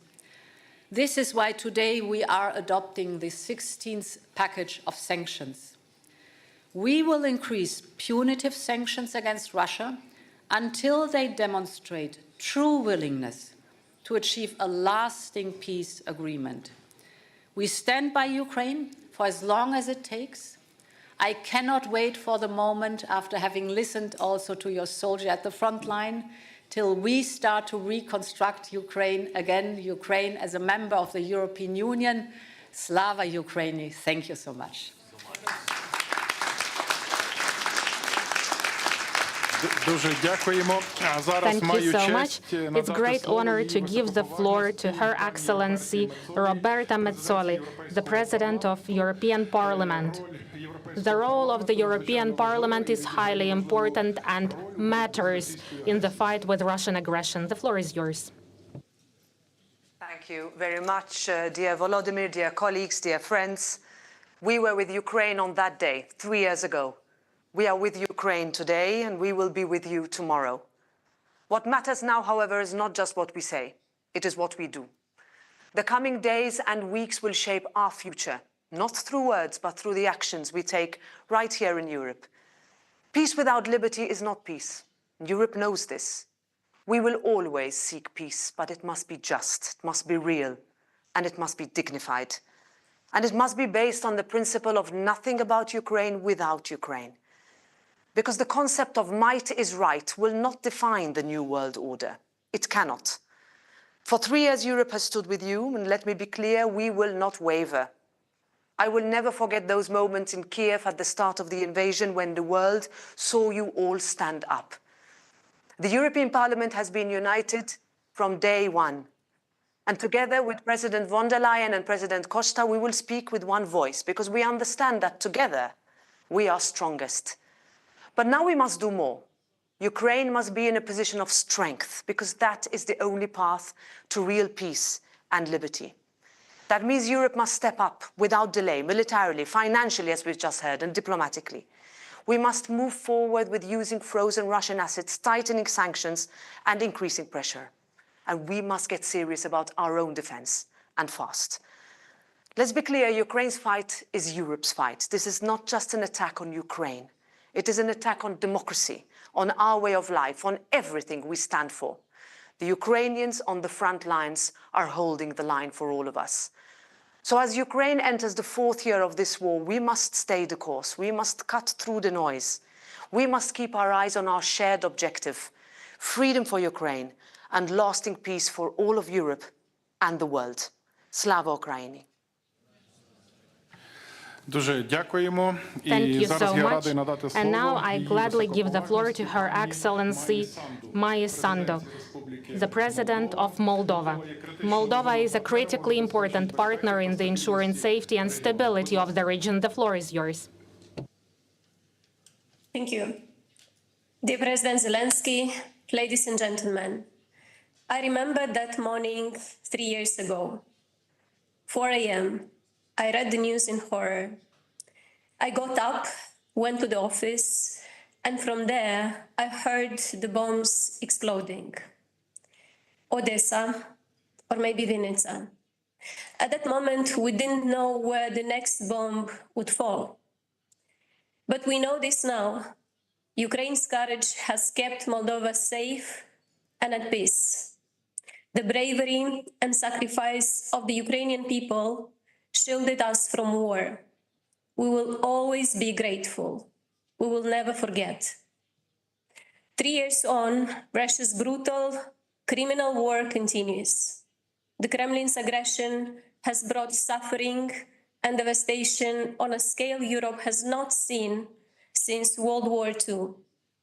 Just yesterday, Ukraine endured the largest drone attack since the start of the war. Russia is not looking for peace, yet the world speaks of peace. But peace must be just, lasting, and real. A flawed peace, one that ignores Ukraine's security or sidelines Europe, will not end the threat. It will only delay it. A fake peace, one that lets Putin regroup, rearm, and invade again, is not peace. That is why we must stand together. Russia's goal is division between allies, between countries, within societies. Instead, we must stand united. Security guarantees are key to making sure history does not repeat itself. that Putin can never deceive the world again, that Russia will no longer bring death to other nations. The world needs real security guarantees, clear, strong, and enforceable. Moldova supports these efforts. We stand with Ukraine in securing concrete guarantees that will ensure lasting peace. We support measures that strengthen Ukraine's security and prevent future aggression. This is not just about Ukraine. It is about all of us. And let me be clear, Putin would not stop at Ukraine. That is why our response must be firm, our support unwavering, because Ukraine is not just fighting for itself, it is fighting for all of us. And while Ukraine stands, Moldova stands, Europe stands. Let us make sure we're standing up, not standing by. Moldova stands with Ukraine, Moldova stands with freedom, and together we will spare no effort for real peace to prevail. Slava Ukraini! Дякуємо, пані Thank президенте. you, Your Excellency. And now, with pleasure, I'd like to give the floor to Her Excellency Mette Frederiksen, Prime Minister of Denmark. Denmark sets high standards in terms of compliance and innovativeness of Ukraine's support. Danish support of the military complex of Ukraine has a meaningful strategy and effect for our fight. We need leadership of Denmark. The floor is yours. Those who say that we are in a time when there are no heroes, they just don't know where to look. So it was said many years ago, and dear friends, today gathered here in Kyiv, we don't have to look very far to see the heroes of our time. Dear Volodymyr, you and your countrymen have been fighting now for 3 long years, a full-scale war of aggression started by Russia. You have defended not only your own country, but all of Europe, and I believe that none of us present in this room are able to put into words how grateful we are. But then we can show it in action. And therefore I have 3 key messages today. Firstly, I strongly urge every European country to increase support for Ukraine. Not tomorrow, but today. Remove all self-imposed red lines, scale up military and financial assistance, and support production directly in Ukraine. Conditions for peace are to be set through strength, and I think that is the single most important task for Europe right now. Secondly, a ceasefire without a sustainable peace will cause a lot of danger to all of us. It will give Russia room to rebuild and to rearm, and to relaunch an attack on Ukraine or another European country. I have never believed that this war is primarily about Ukraine. You are paying the price for it, but this war is about Russia. It's about the imperial dreams, and therefore I find it very difficult to trust Putin and to trust Russia. And it goes without saying that nothing should be negotiated without Ukraine, not only at the table, but in the center of the table, of course. Thirdly, we need to ensure Ukraine has a real and strong security guarantee. NATO membership is, of course, the strongest security guarantee. It is the easiest way forward, it's the cheapest way forward. I know that some allies are against this, and therefore I ask the question, if we cannot give you membership of NATO, and I think it's the only way forward, then we have to find another way to provide Ukraine with a clear, long-term security guarantee. Let me just conclude by saying that the best things about heroes is that they always win at the end. And if they aren't winning, then it's not the end. I said to you 3 years ago that Denmark stands with you all the way, and we will never go away from that point of view. We have to stand with Ukraine, and we have to stand with our continent. Therefore, I think we have to scale up as Europeans. We have to speed up to be able to protect ourselves and deter when it comes to Russia. And 3% will not be enough. It's simply not enough. My guess is that we have a couple of months to take all necessary decisions. Otherwise, we'll be too late. And being too late cannot be the conclusion. So it's time to stand up for Ukraine, and it's time to stand up for Europe. Slava Ukraini. Дуже дякуємо. Тепер я We запрошую are до extremely виступу. grateful now. I'd like to pass the floor to Her Excellency Miriam Spiteri de Bono, the President of Malta. We are grateful for your support. Mr. President, Excellencies, distinguished colleagues. Today, we gather to mark 3 years since Russia launched its war of aggression against Ukraine, in violation of international law and the principles enshrined in the United Nations Charter. On this occasion, we remember the countless civilians affected, especially the most vulnerable, women, children, and the elderly. Since then, Ukraine has stood firm, demonstrating remarkable courage and resilience in the face of aggression. The time has come for this war to stop, and for the international community to stand firm in defending the principles of the United Nations Charter. It is time for Europe, the United States, Ukraine, and also Russia itself to work together to achieve a just and lasting peace. From the outset, Malta has been unequivocal. Ukraine's sovereignty, security, and territorial integrity within its internationally recognized borders must be withheld. We remain steadfast in this commitment. Malta has consistently demonstrated its unwavering support for the efforts shown by different partners to assist Ukraine. The EU and its member states have played a huge part, including through the provision of vital humanitarian assistance to displaced persons, the reconstruction of critical infrastructures, sanctions, and the provision of non-lethal military assistance through the European Peace Facility. Throughout our tenure as an elected member of the UN Security Council, and in our role as chair of the OSCE in 2024, Malta has maintained a firm and principled stance on the importance of upholding Ukraine's sovereignty and territorial integrity.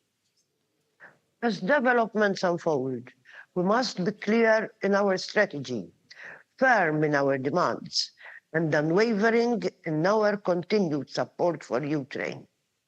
Malta will continue to engage constructively in initiatives to put Ukraine in a position of strength and at the same time reinforce Europe's own resilience against external threats. While respecting our constitutional commitment to neutrality, Malta shall continue with its advocacy for the full respect of international law and the active pursuit of peace, security, and social progress. In the last few months, different initiatives have been put on the table. Malta has been strong in underlining that it stands ready to support any peace process that is grounded in the principles of the UN Charter. It is imperative that this peace process has the input of all the key players. Europe must play a central role, as the outcome of the discussions will shape the future of our continent and our collective security. Furthermore, it is inconceivable that Ukraine be sidelined and left out of the equation. History has shown that appeasement does not work. A lasting peace cannot be imposed. Europe and the United States share a strategic interest in securing peace. It is key that Europe and the US remain united and stand steadfast in ensuring that no country succeeds in redrawing borders through coercion and the use of force. To our Ukrainian friends, you know better than anyone else that the way ahead is not easy. As you look to Europe for leadership, security, and ultimately EU membership, know that we are ready to answer your call. Let there be no doubt, Ukraine, you are not alone. Malta will continue to stand by you, shoulder to shoulder, in defense of your independence, your sovereignty, and your territorial integrity, according to the tenets of international law. Thank you all. Дуже дякуємо. I'm extremely grateful for this statement. Now it's a great pleasure for me to pass the floor to Ulf Kristersson, the Prime Minister of the Kingdom of Sweden, and it is our reliable partner and closest ally. Please, Mr. Prime Minister. Thank you so much, and dear Volodymyr, dear friends, we're all honored to be here in Kyiv on this very special day. What you Ukrainians have achieved in the last 3 years is actually astonishing. You have withstood an all-out attack by Europe's biggest army. You have taken huge strides towards membership in the European Union.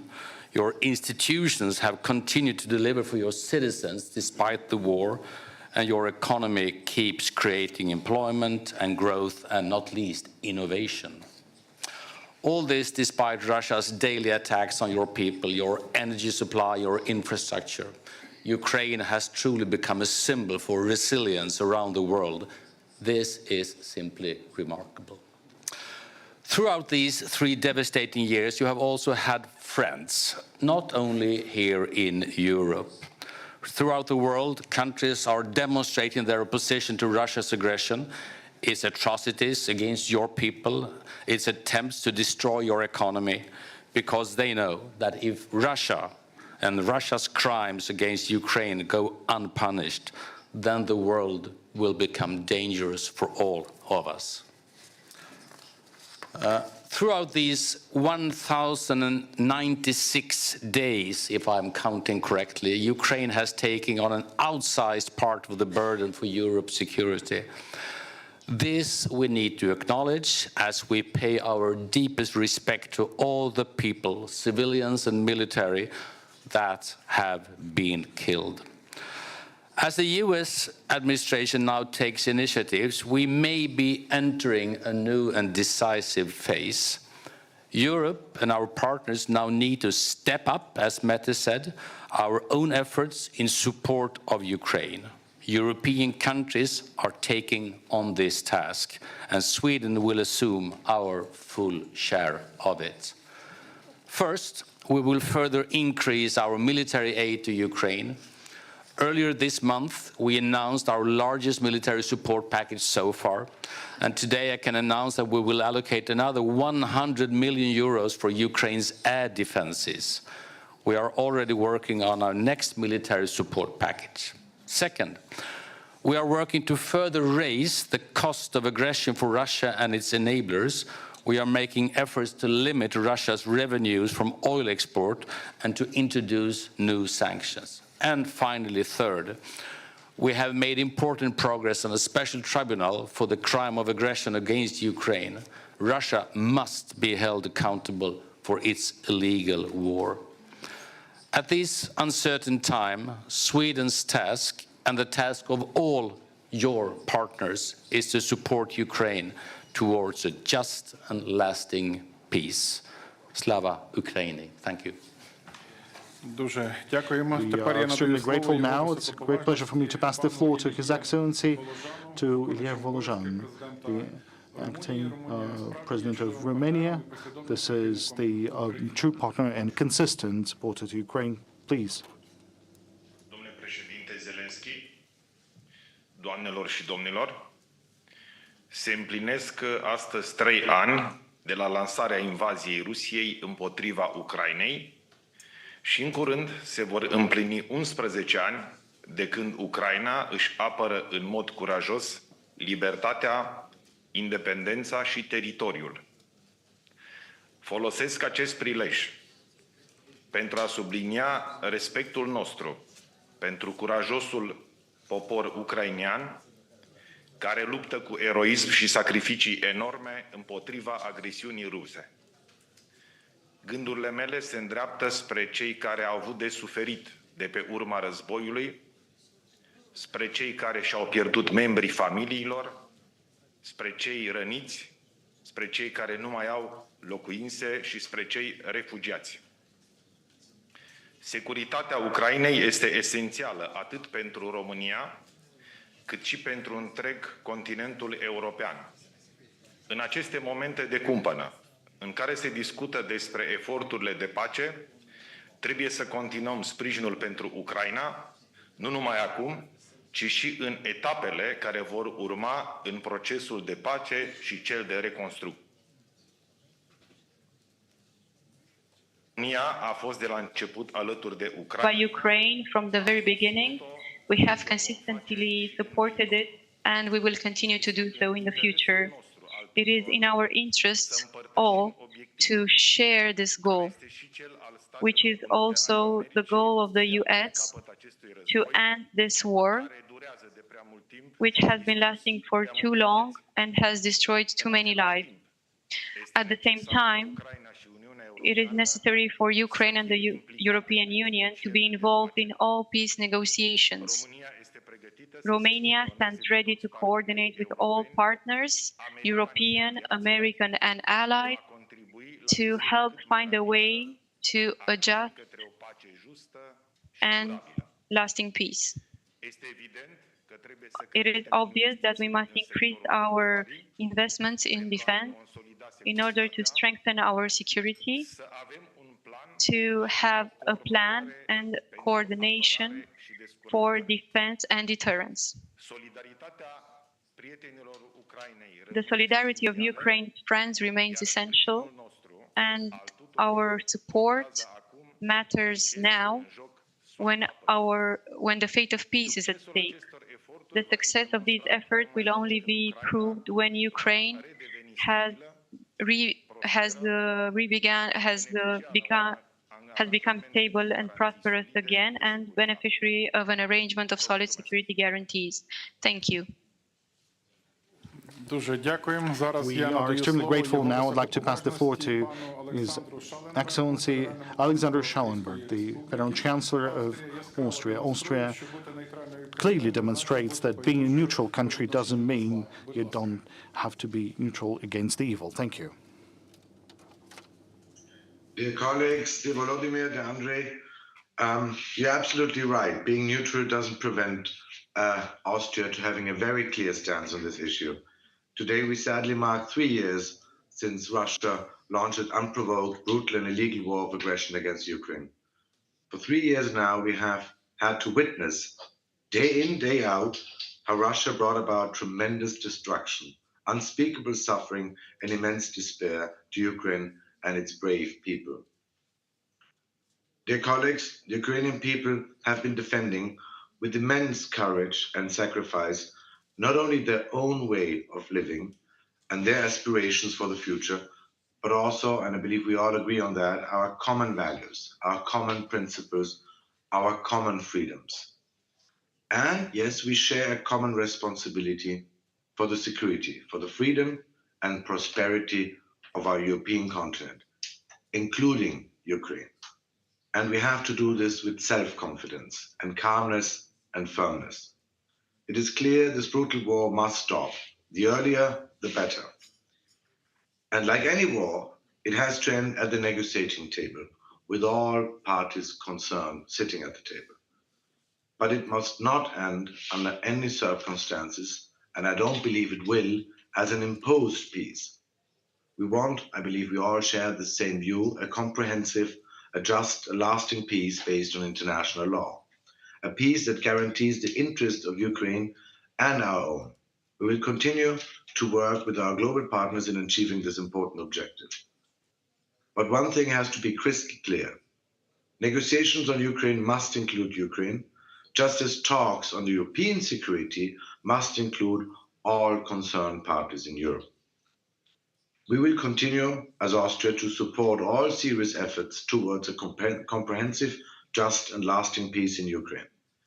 In our capacity as host as one of the UN headquarters and seat of the OSCE, we also stand ready to provide a venue and to facilitate discussions if needed.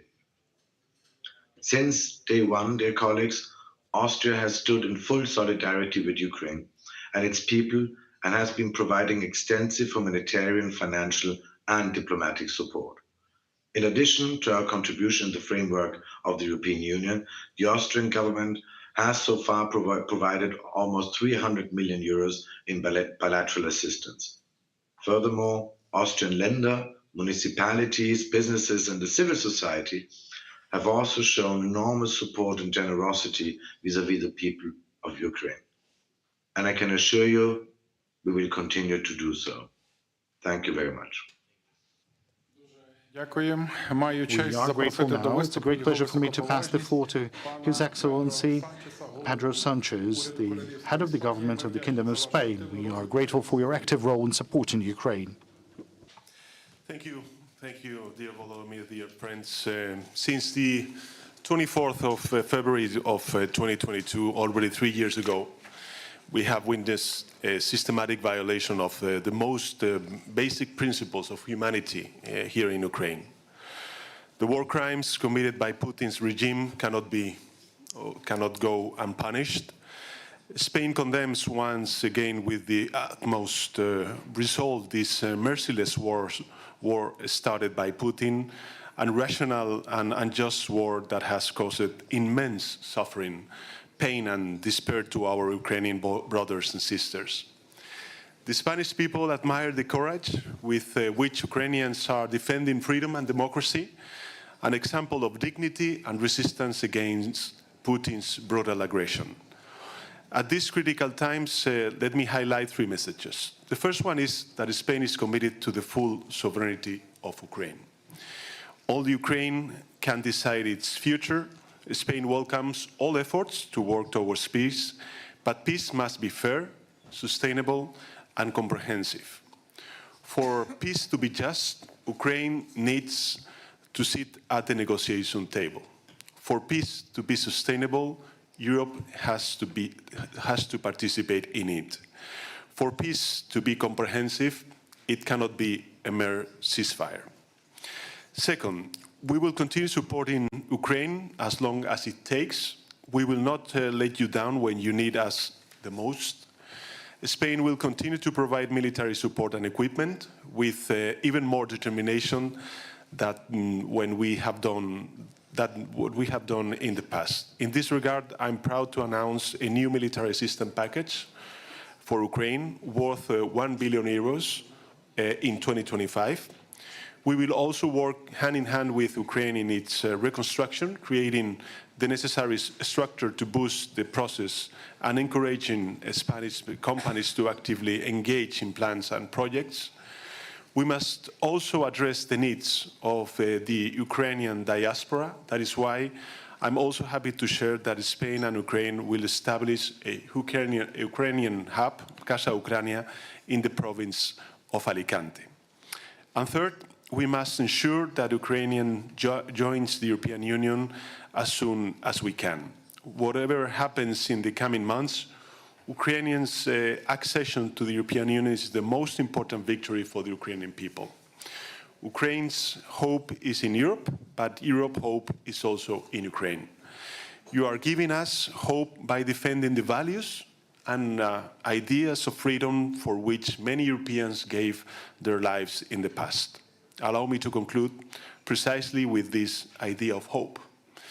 Difficult months lie ahead, but I am convinced that at the end of this terrible period, freedom and democracy will prevail over violence and authoritarianism. The Ukrainian people can count on Spain. Rest assured, we will be with you as long as it takes and as much as you need.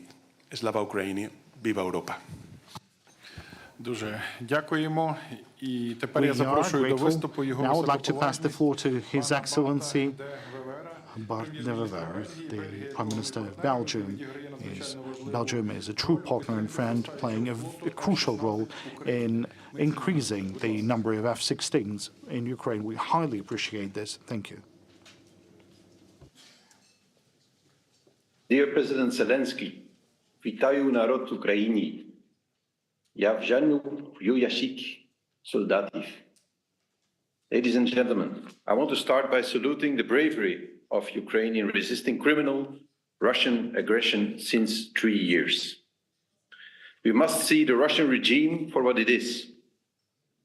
Its total disregard for international law, its horrifying attacks against civilians, and its attempts to erase Ukrainian culture have made it perfectly clear that to ensure the protection of our countries and the European continent, we must not appease, but deter Russia. Support to Ukraine remains a key part of this endeavor. Recently, talk of negotiations towards a deal to settle the war has accelerated, but also stunned the alliance of those who, from the start, have supported Ukraine in its defense against a ruthless Russian aggressor. Stunned because it does not seem a given that Ukraine or the EU will have much of a voice in the proceedings. A peace agreement that does not take into consideration the valid interests and demands of the victims of aggression and their allies and neighbors has no chance to hold. Belgium cannot accept that decisions on the future of Ukraine and the security and stability of the European continent are taken without the participation of Ukraine and its European allies.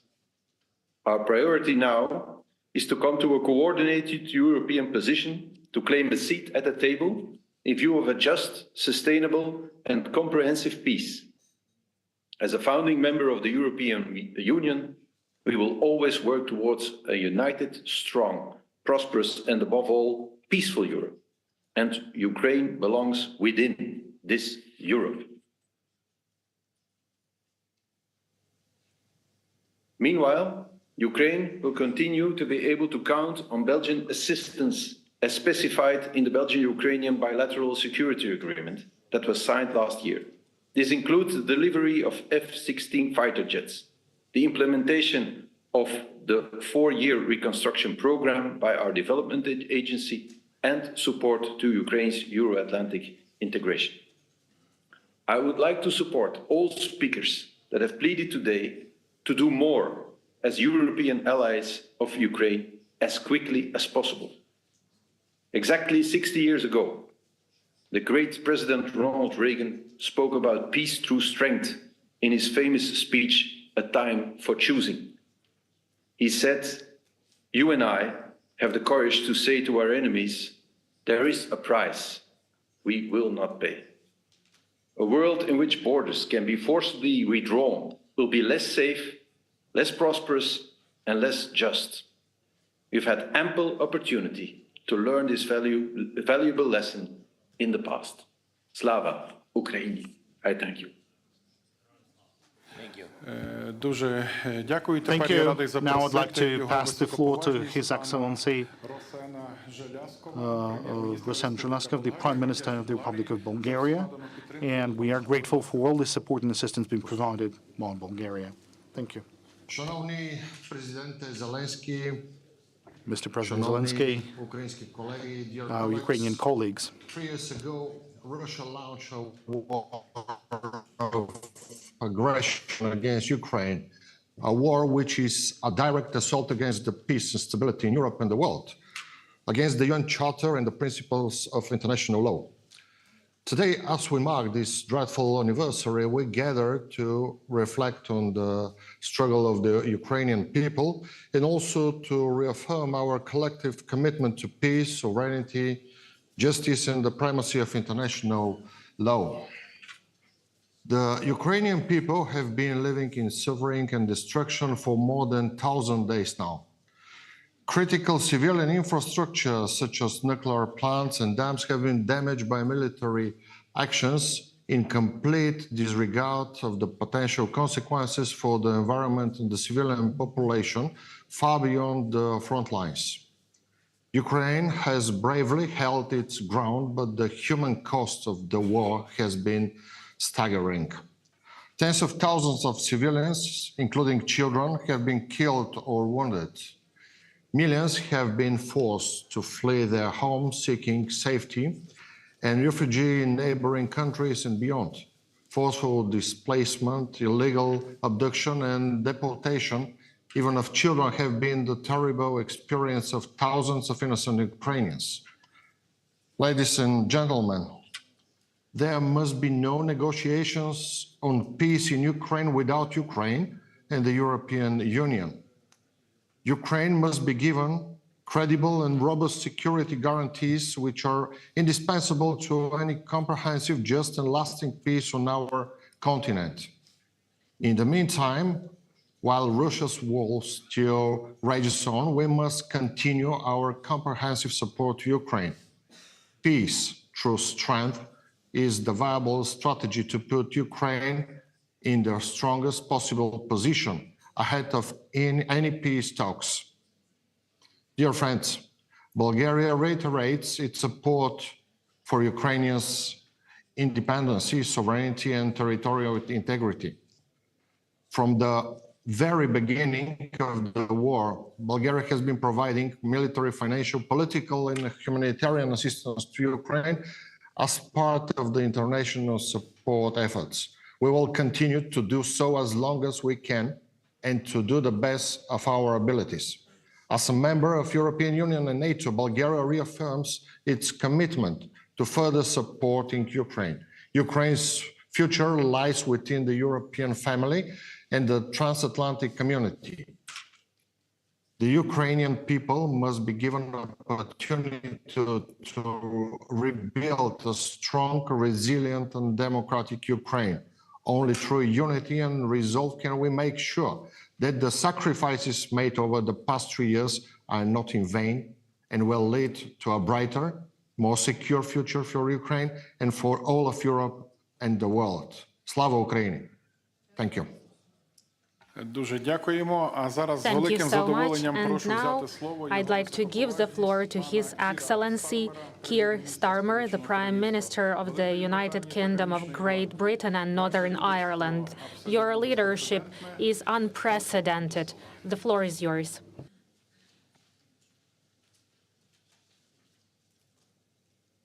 Thank you very much. Colleagues, let me start with Vladimir and say on this day of all days, I want to pay tribute to your leadership, Vladimir.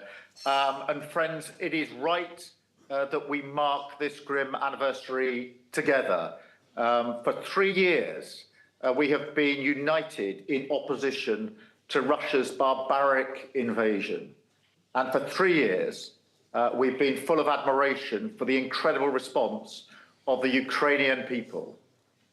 Their voices must be at the heart of the drive for peace. And I want to be clear that I hear them. I think of the soldiers and the civilians that I met in Kyiv just a few weeks ago in the ICU, the burns unit, the witnesses to the horror of Bucha, the school children I met living under constant bombardment, the soldiers training in the UK bound for the front line. Their voices echo in my ears. They inform the decisions that I take and the peace that I believe that we must see. So I have a very simple, clear message today. The UK is with you today and every day. From His Majesty the King to the NHS workers volunteering in hospitals in Ukraine, to the communities that took Ukrainian refugees to their heart. And that's why I signed our 100-year partnership with President Zelenskyy last month, because we believe in Ukraine's fight today and the country's incredible potential to thrive in the years to come. This is a time for unity. In this crucial moment, as talks begin, we must work together to shape the outcome. Russia does not hold all the cards in this war because the Ukrainians have the courage to defend their country.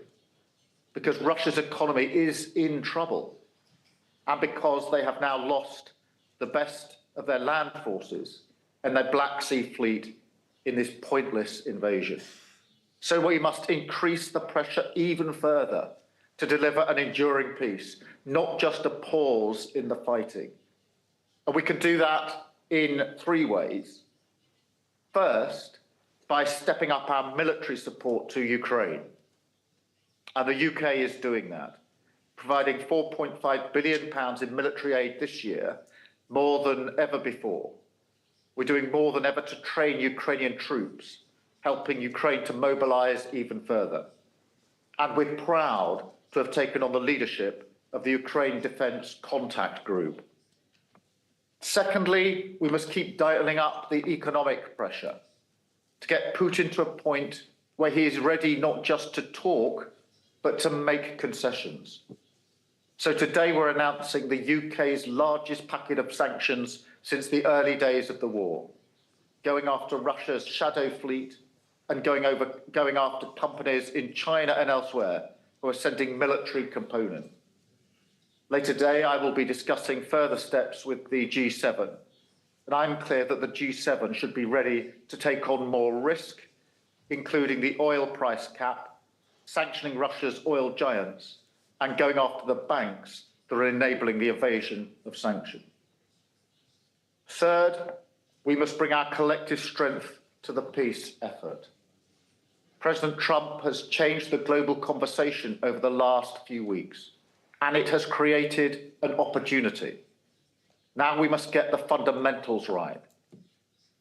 If we want peace to endure, Ukraine must have a seat at the table, and any settlement must be based on a sovereign Ukraine, backed up with strong security guarantees. The UK is ready and willing to support this with troops on the ground, with other Europeans, and with the right conditions in place. And ultimately, a US backstop will be vital to deter Russia from launching another invasion in just a few years' time. So we will do everything we can to get the best outcome for Ukraine and for us all. And let me close with one of the voices I mentioned earlier, a patient called Petro from the burns unit that I visited in Kyiv. He said to me, if Ukraine fails, Europe will be next. And that is what is at stake here.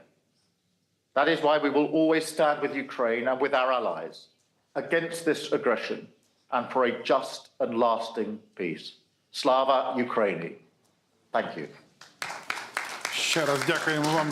Thanks again for your leadership, and we continue to give the floor to Olha Kameneva, the doctor who fulfills her responsibilities in the city of Kherson, which was deoccupied.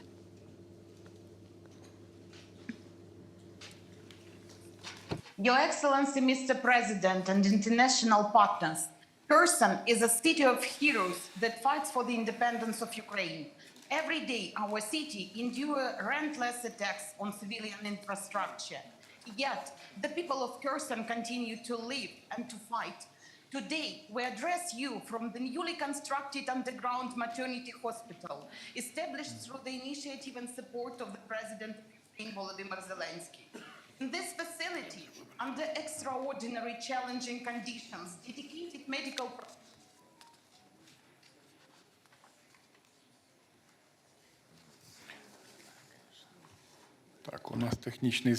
Sorry for the technical issues. Can we continue?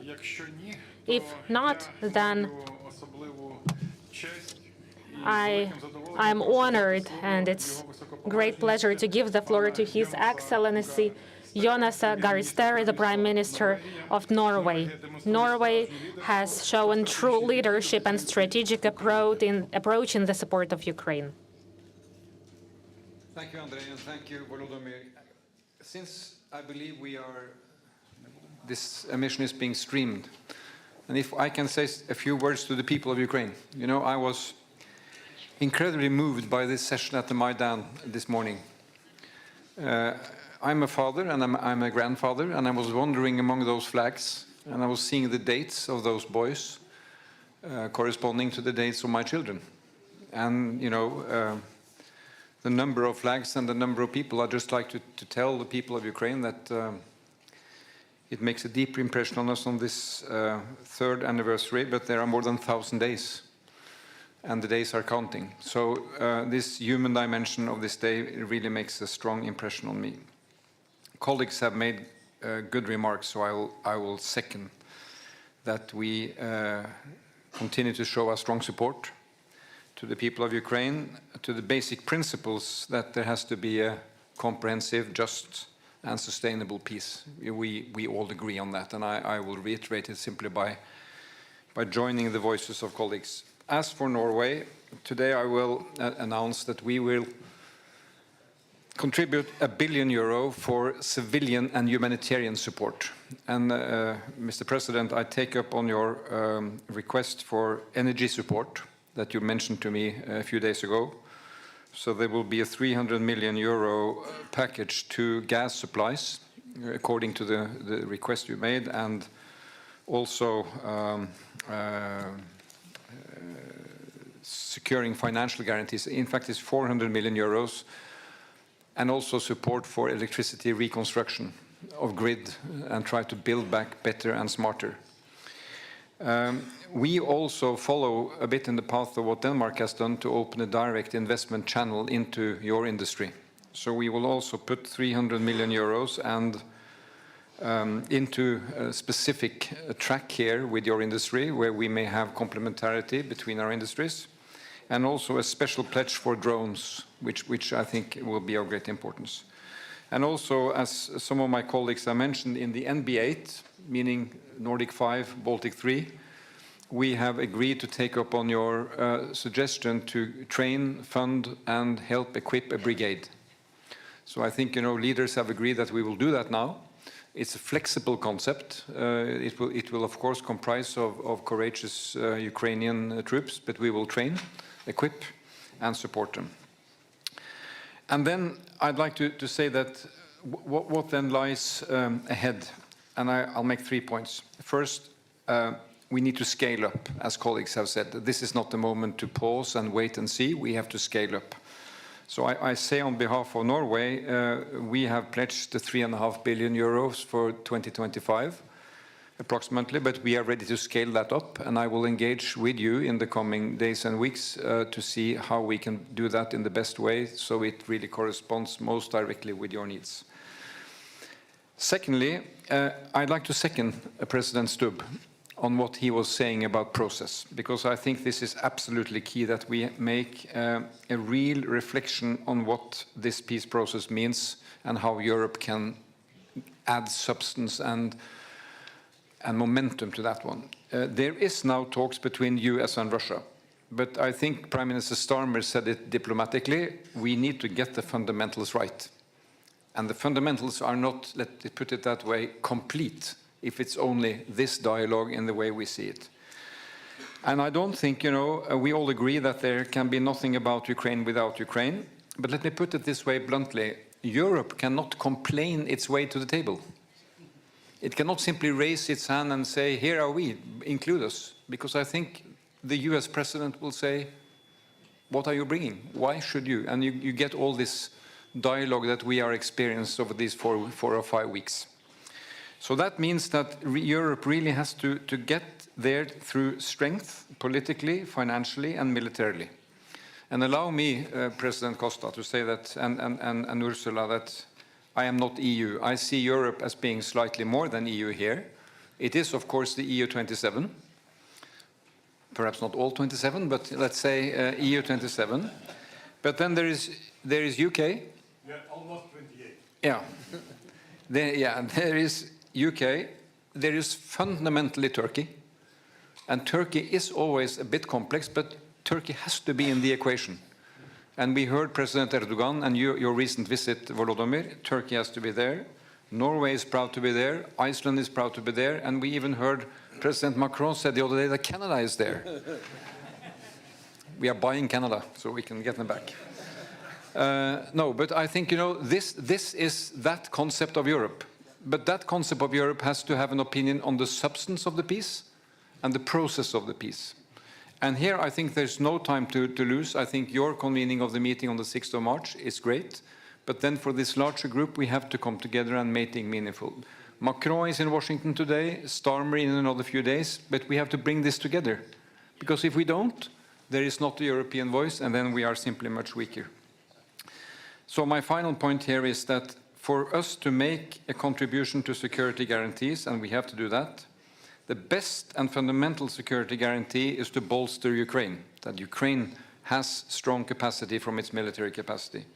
Then there has to be a European security guarantee with a US backstop. And I think we should not give up on that, because it should really be in a fundamental US interest to see the value of this. Because now we hear that this is a European thing, but I think there's a good case to be made by this is linked together. So there's no time to lose, really. Finally, when we saw this from the clinic here, I read and met the other day Timothy Snyder in Oslo, and he has written extensively on Ukraine, and he's using this notion to define freedom. And he is saying the Ukrainians have invented a word which is called deoccupy. I never heard that before. We are being deoccupied. So the question was, is a village, is Bucha a free city? Do they enjoy freedom just because they are deoccupied? And the answer is no. You are still under war, you are still under attack. So defending Ukraine's freedom is not only about securing the occupation, it is securing sovereignty, independence, and territorial integrity. That is the package of freedom. Slava Ukraini.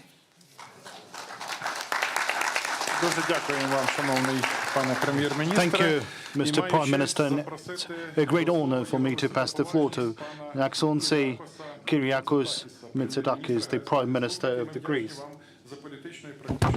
And we are grateful for the practical and political support of our country. Thank you, dear Volodymyr.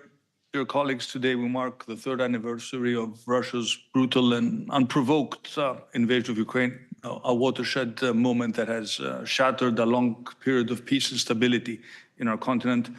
From the very beginning, Greece has steadfastly supported the sovereignty and territorial integrity of Ukraine. We have been unwavering in our calls for the respect of international law and the United Nations Charter. And Greece has faithfully stood by Ukraine, has provided vital military but also energy assistance. It has opened up its doors to thousands of refugees who fled the horrors of war. 3 years since the invasion began, I think it is an important opportunity to remember that the human toll has been immense. There's been so much suffering, so much destruction, so many lives that have been disrupted, and it is imperative that we all work towards bringing this to an end. And your sacrifices and the sacrifices of your people, dear Volodymyr, cannot be in vain. And I think it is important to take a step back and recognize that your resilience and your courage, your personal courage, has been remarkable. Ukraine, Europe, I think the whole world yearns for a just and lasting peace settlement. Ukraine deserves a peace that is forged through strength, and a peace that will respect its independence, but primarily will ensure its security. At the same time, I think it has been a common thread of all our interventions. Only Ukraine can, should, and will decide on accepting or rejecting any peace formula. No one can make this decision for Kyiv. And it must be ensured that Kyiv is part of the process, and only Ukraine has the right to decide on its future. I think we have all agreed on 2 basic, simple principles: that a just peace cannot be confused with an unjust capitulation, nor can a temporary ceasefire be confused with a lasting peace. And we need a peace settlement with very clear security guarantees, which will act as deterrence and prevention in the future, guarantees that will be robust, that will be effective, so that any future aggression is deterred and peace is preserved. The stakes have never been higher, in particular for our European security. And we are willing to work together with the European, with our American, with our international partners towards facilitating the attainment of a lasting peace. But we in Europe also need to step up our commitment to our own collective European defense. Greece has been spending more than 3% of our GDP on defense, and the time has come for others to do the same. And after 3 years of war that have brought destruction on an unimaginable scale, we need to support this goal. We need to act with greater resolve. We must not only bring an end to the current conflict, but make sure that we forge a model for preventing such calamities in the future. The road ahead is not going to be easy. It will undoubtedly be fraught with challenges, but it's a vision that drives us forward, a future where Ukraine stands as a country in peace, a secure, democratic, independent, but also, dear Volodymyr, a European Ukraine, a nation that can look ahead with optimism and confidence. Thank you. Дуже дякуємо. Thank you so much. Now I'd like to give the floor to His Excellency Michal Martin, Taoiseach of Ireland. We thank you for your support. Thank you, and I want to thank you, Vladimir, for convening us today. And I want to pay a personal tribute to you for your courage and your dignity throughout this war. I can recall 3 years ago at the EU Council meeting when you spoke to us on the eve of the illegal and brutal invasion of Ukraine by Russia. And we were struck by your courage then. You took a decision personally to stand your ground and to lead the resistance of the people of Ukraine. And so did the people of Ukraine, who have earned the admiration of people all over the world for their extraordinary courage and their resilience in the face of incredible odds. We think of all of those who have lost their lives in protecting their homeland and in defending their people.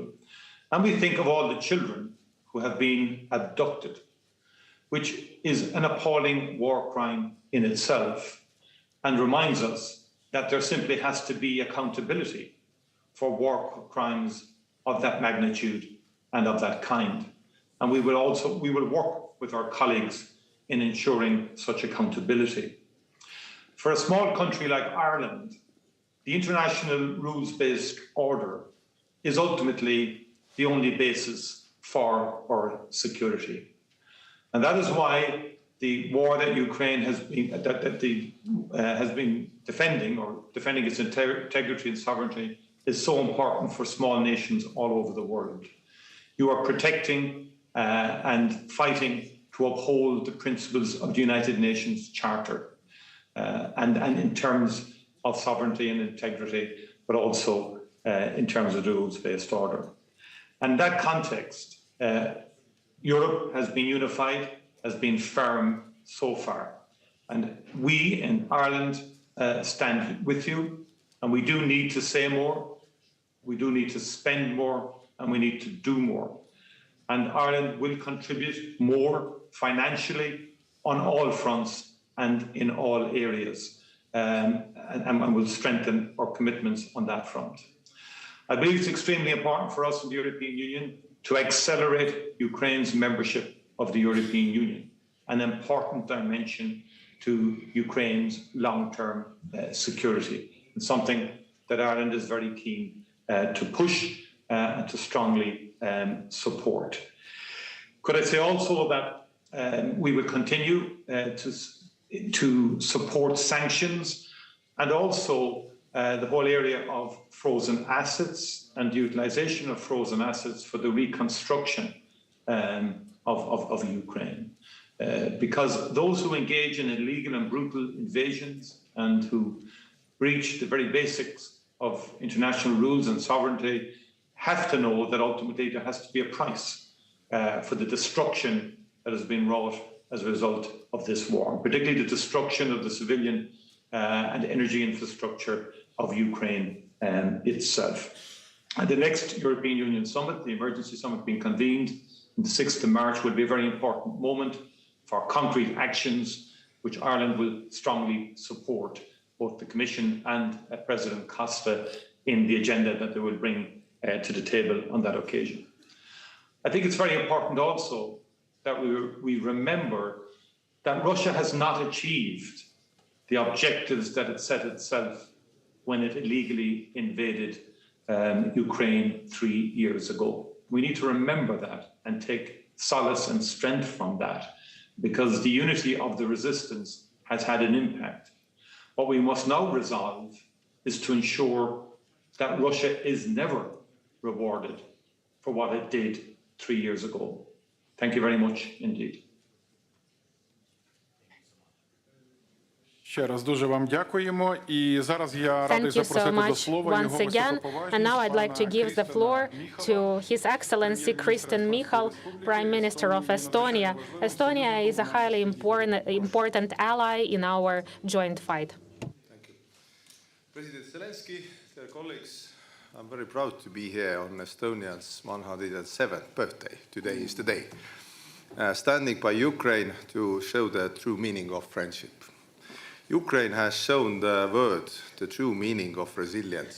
In its monumental struggle against Russian aggression, Ukraine fights not just for its own freedom, but a world built on principles. A world where might does not make right, as Mette and Justin already said. Estonia will never recognize the challenge, changing of borders by force. We will always stand for your right to choose your own allies. Now is the time to do more and do it faster. We must speed up our support to Ukraine. Estonia increased its military aid to Ukraine by 25% last week. This comes on top of our commitment to allocate 0.25% of GDP annually to helping Ukraine. Together with Nordic Baltic countries, we support Ukraine by providing equipment and training to brigade-sized units. We are ready to do even more, if needed, to keep our commitment to make Ukraine stronger. We continue our work on Ukraine's reconstruction. We see Ukraine's future in EU and NATO and assist every way.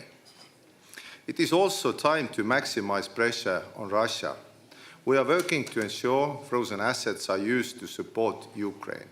Sanctions have already cut Russia off from the European financial and capital markets. Trade is severely limited. It is up to Europe to decide when and how we will change these measures. We, Europe, are forced to be reckoned with. I very much liked what Jonas already said, that you cannot complain yourself to table. This comes through a push to cut Russia out of business.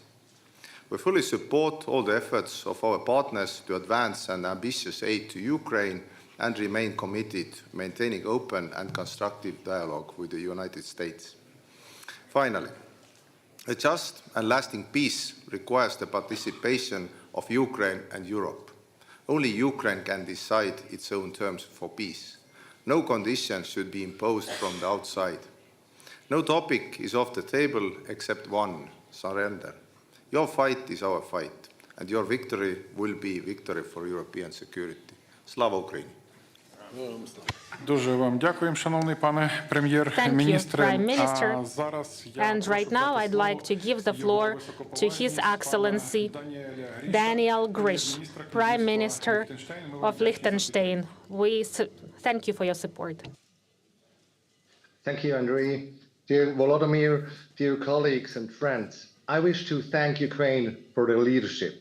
Times are difficult, but difficult times need courageous ideas, steps, and decisions. What the Ukrainian people and the Ukrainian leadership did symbolizes exactly this courage, a courage to stand for European values, European unity, and Europe itself. Today's summit serves therefore as an important occasion to honor Ukraine's unwavering courage in defending itself, in defending Europe and the rule of law as the cornerstone of our security architecture. I do agree with all the important remarks my dear colleagues did before me, and I therefore just like to highlight 3 points from a Liechtenstein perspective. Firstly, a peace effort will only be sustainable and lasting if it has Ukraine's consent and deters the crime of aggression. Secondly, Europe's security depends on the security of Ukraine. Liechtenstein calls for a just and lasting peace in line with the international community's clearly established benchmarks set out by the United Nations General Assembly. This includes accountability for war crimes and reparations by the aggressor. And thirdly, but maybe most importantly, we need European answers to European problems, and we need a vision where our continent is heading to. I am therefore thankful for the words of EU President Ursula von der Leyen, the words of President Zelenskyy, and the ones that spoke before me. As most of you know, Liechtenstein reached out in the last month to receive your vision and the thoughts about Europe in these challenging times, and especially against the background of Russia's war in Ukraine. These days, all of you will receive a copy of the Book of Europe you can see behind me with the subtitle First-Hand Visions of the Future of Europe, which will be released this very Thursday at the Council of Europe in Strasbourg. I am very thankful to all of you who contributed to personal visions of Europe, beginning with the today present Prime Ministers of UK, Spain, Norway, Albania or Ukraine, and more than 30 leaders of Europe. I am also thankful to the Liechtenstein Parliament for their courage and vision to dedicate an additional budget line to finance the reconstruction of Ukraine. With its decision, our Parliament made it very clear that a rebuilt Ukraine must be part of the vision of Europe. We all know that every cloud has a silver lining, and for me, that silver lining of the current situation is that we in Europe stand together to continue to work on a good, strong, and united Europe. A Europe where, like in a team, every member contributes and adds value based on its capabilities and strengths. Slava Ukraini, slava Європі. Слава, дуже вам дякуємо. І тепер я запрошую до виступу його високоповажність пана Excellency Luc Frieden, the Prime Minister of Luxembourg. We highly appreciate your support. Please, you have the floor. Dear colleagues, 3 years ago, no, I should say 10 years ago, Russia launched an illegal war of aggression against Ukraine. But all those years, Ukraine's resilience remains unshaken. On this occasion, I would therefore like to pay a tribute to the thousands of brave Ukrainians that have made the ultimate sacrifice, and to the courage of the millions of Ukrainians that continue to endure unimaginable suffering, fear, and to defend our freedom. This is a war, and now is a time when fundamental principles of the world order are tested. And I would therefore like today at this gathering to highlight 3 points. First, when international law is trampled on, when the principles enshrined in the UN Charter are violated, the price we all end up having to pay is high, especially for smaller nations. It's me from Ireland also stressed a few moments ago. Ukraine's fight is therefore our fight. Because if we allow aggression to succeed, it will happen again. It is up to us to ensure that we preserve a world, yes, way of life for the generations to come in which international law is respected, rules are upheld, changed by force. Second, Ukraine's future is tied to ours, and European security depends on all of us standing together, firmer and more united than ever. This means strengthening our Europe and our collective support, militarily, financially, and politically, to ensure Ukraine not endures, but prevails. It also means that we continue to support Ukraine to achieve peace through strength, a just and lasting peace, a peace negotiated by Ukraine, by Europe, for Europe. Third, the cost of standing with Ukraine is real. The cost of inaction is far greater. If we let aggression win, we undermine the very foundations of European peace and stability. My country, Luxembourg, will not be a bystander. We will continue to support Ukraine, not just because it is the right thing to do, but because it is vital for our own future. As Europeans, it is our duty to match Ukraine's courage with unwavering solidarity. Because it is not just about one country's survival, it is about the future of Europe itself. And therefore, I also welcome Antonio Costa's invitation for an extraordinary European Council in the next week. In January 2005, I stood in Kyiv at the end of the Orange Revolution on behalf of the then Luxembourg presidency of the European Union. And I said, Ukraine has a strategic importance for the European Union. That was true at the time, and it is even more true today. Dear Mr. President, dear Volodymyr, you can count on Luxembourg's unwavering support to you, your country, and your people. Thank you.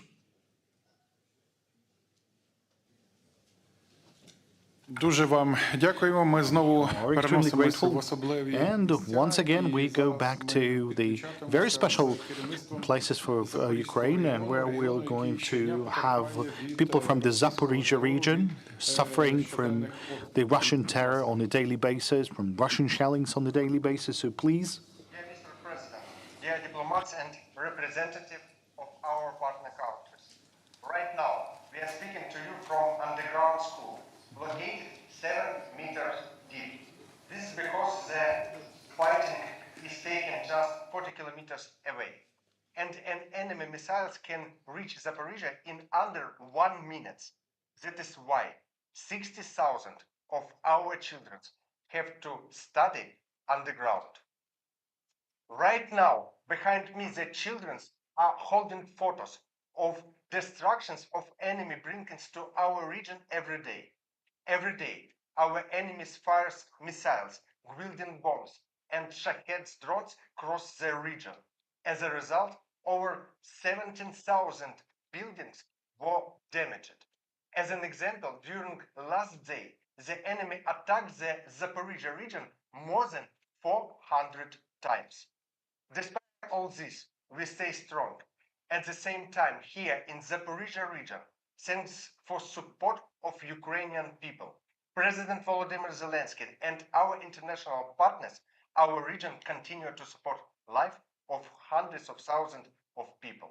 We are keeping schools, kindergarten, hospitals, and other critical infrastructure operationally and much more. For over 1 million people who left the occupation, Zaporizhzhia has become a logistic hub, and over 200,000 IDPs stay here. All these people are dependent on your support, dear international partners. We can only stand up to the aggressor with uniting of efforts. We thank everyone who stands by our people in this challenging time. Our region continues to unbreak important work to the front line. Together, we will win. Mr. President, dear diplomats, partners, and guests. Zaporizhzhia is going through very hard times. Every day, the enemy attacks us that takes the life of our people. Even with dangers, we keep working. We make sure the city functions, repair buildings, and help people. Thousands of the workers, rescuers, teachers, and volunteers work day and night, sometimes for days without rest. Right now, we are speaking from an underground school built in Zaporizhzhia with the help of the President and First Lady. For the first time in 3 years, children have returned to school. They sit at their desks and meet their classmates. Teachers finally saw all their students together. There are already several schools like this, but they are more than just schools. They are a symbol of the strength and hope. We thank everyone who supports us, Zaporizhzhia is a city of strong and brave people. We will stand until peace comes to our land.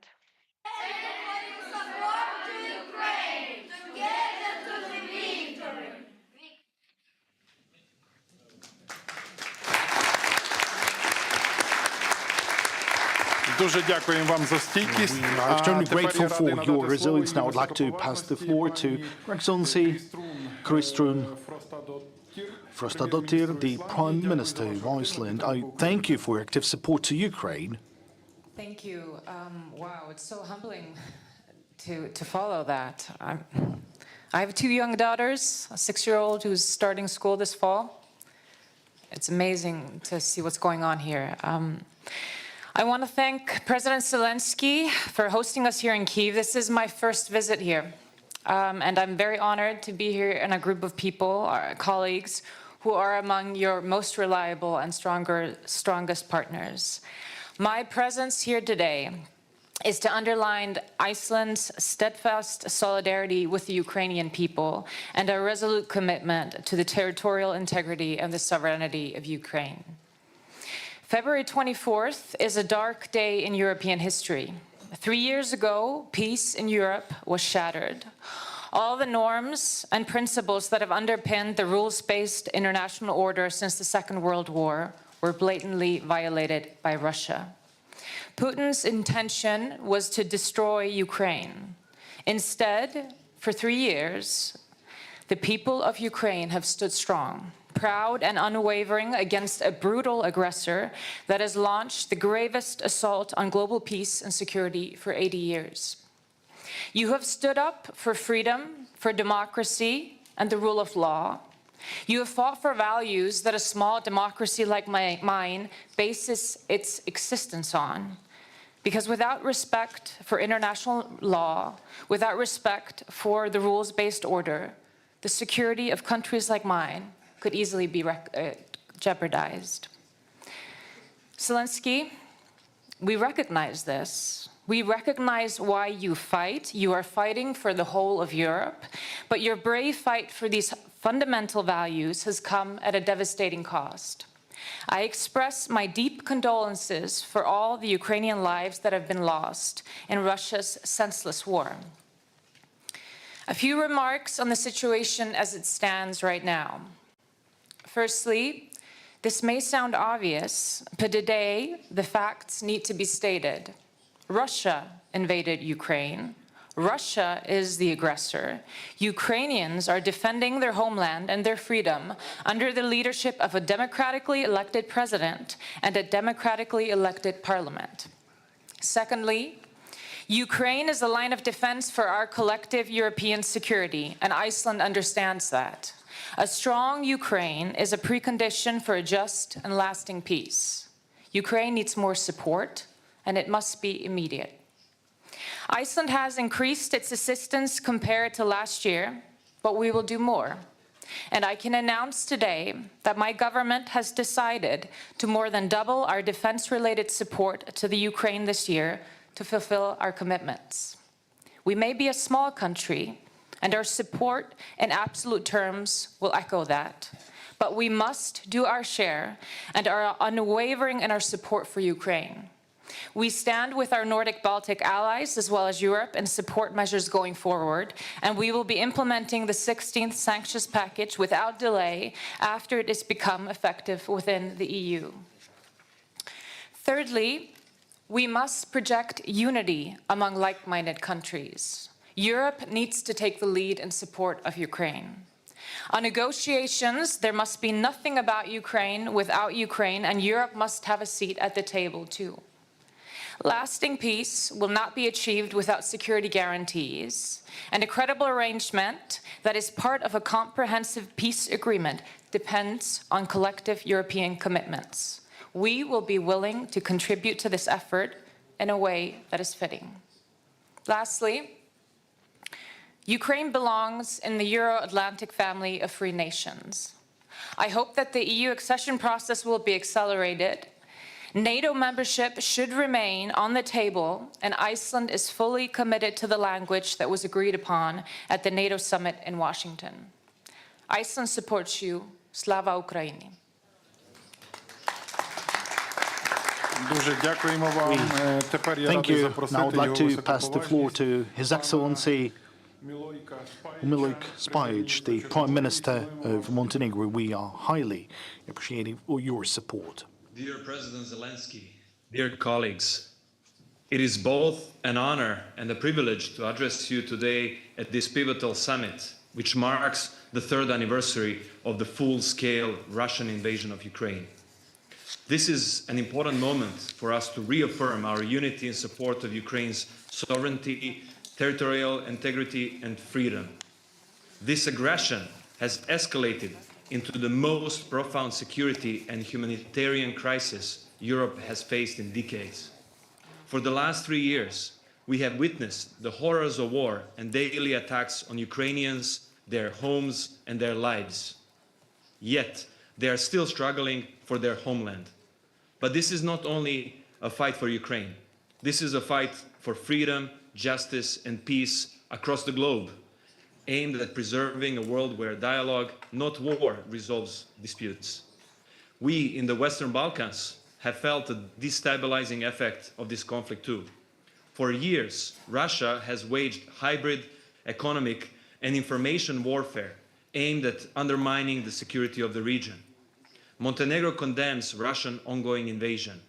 We stand firm in our support for Ukraine's territorial integrity and sovereignty within its internationally recognized borders.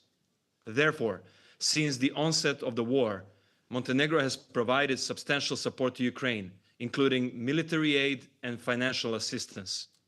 Montenegro has been the first country outside of the EU which has opened its doors to those fleeing the horrors of war. By providing temporary protection, safe shelter, healthcare, and education for thousands of people from Ukraine, we have demonstrated our shared humanity and shown that the compassion is the truest form of the strength. As a steadfast ally within NATO and the most advanced candidate country in the negotiation process with the EU, Montenegro supports Ukraine's aspirations to join these organizations. We diligently work on necessary reforms and support each other in fulfilling memberships.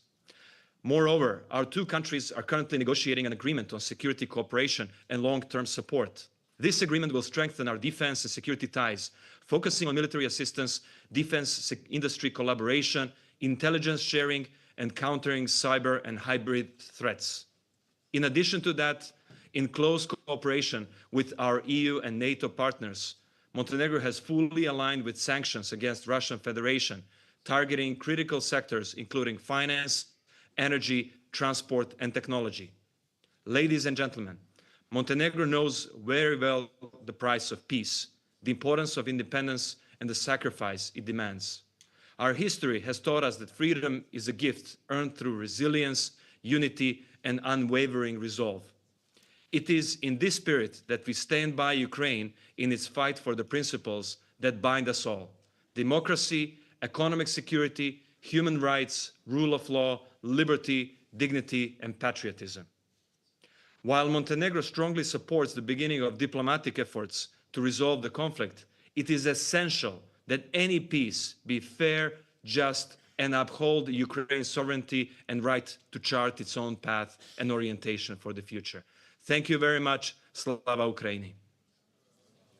Дуже вам дякуємо. We are extremely grateful for the statement, and I'm happy to pass the floor to His Excellency Robert Golob, the Prime Minister of the Republic of Slovenia. We highly appreciate your support. Dear colleagues, today we mark a grim anniversary, 3 years since the start of the Russia brutal, unprovoked and illegal aggression on Ukraine. 3 years of gross violations of international law. Russia has ruthlessly trampled all principles and norms that the international community together agreed to guide us in our relations. Today, even more than usual, my thoughts are with the families, friends, and close ones of all the Ukrainian victims, with all the Ukrainian people. We have said it so many times, and we will continue saying it with the same vigor. Slovenia stands in solidarity with the Ukrainian people as they defend their homeland. And they are not fighting only for their country, but for our common values: freedom, democracy, and human dignity. Slovenia is a staunch supporter of the international law. We all want end of the aggression, but it matters greatly how the peace process ends. The result of the peace talks will determine the future of the European security, and this cannot be decided without Ukraine and Europe. We need a lasting solution and a just peace, based on the UN Charter. We remain a strong supporter of Ukraine on its European path. Decision about the Ukrainian NATO membership is, as agreed at the NATO summit in Washington, irreversible. It must remain at the negotiating table. Slovenia, especially in its capacity as a member of United Nations Security Council, will continue sparing no effort in being active on the diplomatic front in helping Ukraine achieve just and lasting peace with sufficient security guarantees. Many important things have been said today, and I'm glad we gathered in such a big number and showed such strong and unwavering support for Ukraine.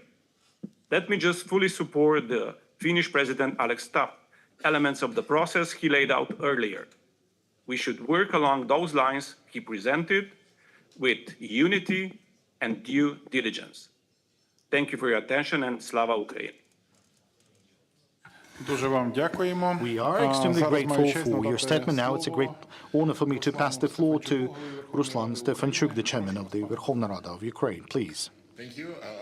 Dear colleagues, I'd ask you to give the headphones. I'll speak in Ukrainian. Шановний пане президенте, шановний пане прем'єр-міністре, шановні панове президенти, Presidents, Prime Ministers, fellow counterparts, ladies and gentlemen, dignitaries. It is a great honor for me to deliver this statement today here during such an important summit. I've just returned from the session of the Verkhovna Rada of Ukraine, that is the Ukrainian Parliament, and just as 3 years ago we had all the MPs in the session room, just as 3 years ago we started with the air raid alert, and just as 3 years ago we're ready to do everything for the sake of Ukraine's victory. But I caught myself thinking that there was one thing that we were lacking 3 years ago. That is a very strong support coming from our partners. Definitely, the support came swiftly and stayed with us ever since. And I'd like to take this opportunity to express sincerest words of gratitude for the Ukrainian Parliament for the consistent support that you've been providing to the people of Ukraine over those 3 years. And I'd like to extend words of gratitude to the parliaments of your countries. I am proud that together we have managed to consolidate the community of parliament throughout the countries. We've managed to preserve the unity of the international parliamentary community, and we'd like to preserve our transatlantic unity, which is a very important precondition of the democratic unity. Dear friends, the international parliaments in synergy to the heads of states and governments, they continued to make very important decisions to reinforce Ukraine and to deter the terrorist state. Let me inform you that a powerful voice of the parliamentarians will be vocal on the 3rd anniversary, because over 20 speakers and the President of the European Parliament has released a statement in support of Ukraine and will make public this statement. This is called the Parliamentary Responsibility, Solidarity and Unity that we need to preserve and secure. Dear friends, we will do everything possible for the matter of military, financial, energy, humanitarian, political support to Ukraine would remain in focus of the democratic circles of the democratic countries of the world, as we are fighting for our own land. And our fight is the true fight, because we are the victims of the criminal aggression.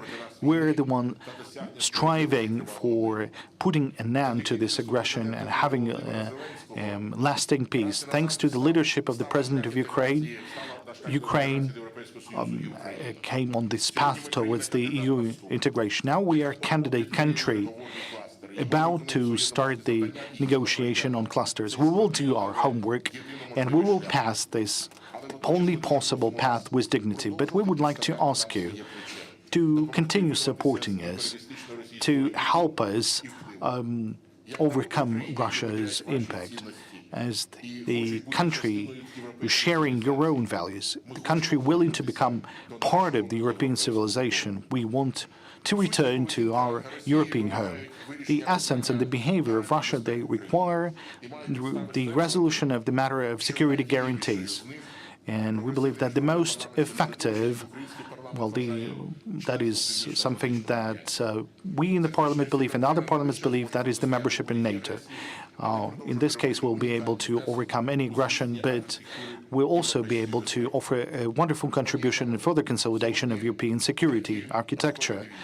Today is the third anniversary of the war, and this is a very responsible point that we define the further events. So today, you, the friends and partners, came to Ukraine or joined us online because we all clearly understand that we're gathered today not only because of the date, but because of the great responsibility for the future of our European and global home, where the democracy, justice, and development should prevail. So thank you for your attention and glory to Ukraine.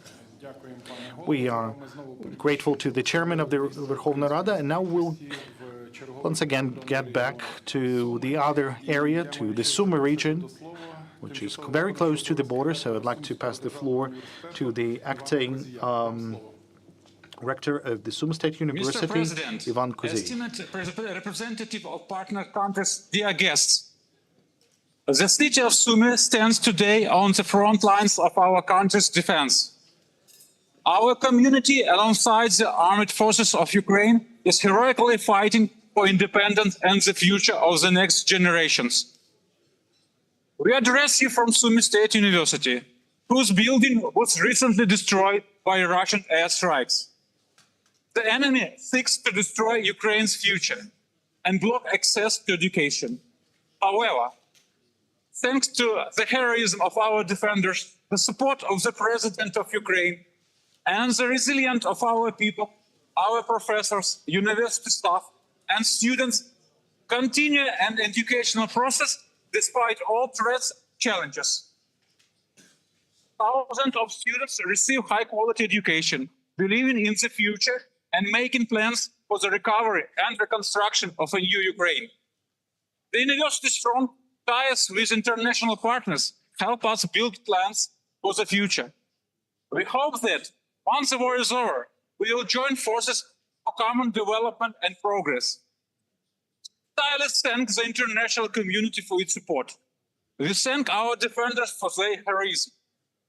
We thank the President for his attention to Sumy region and the education of Ukrainians. Together, we will win.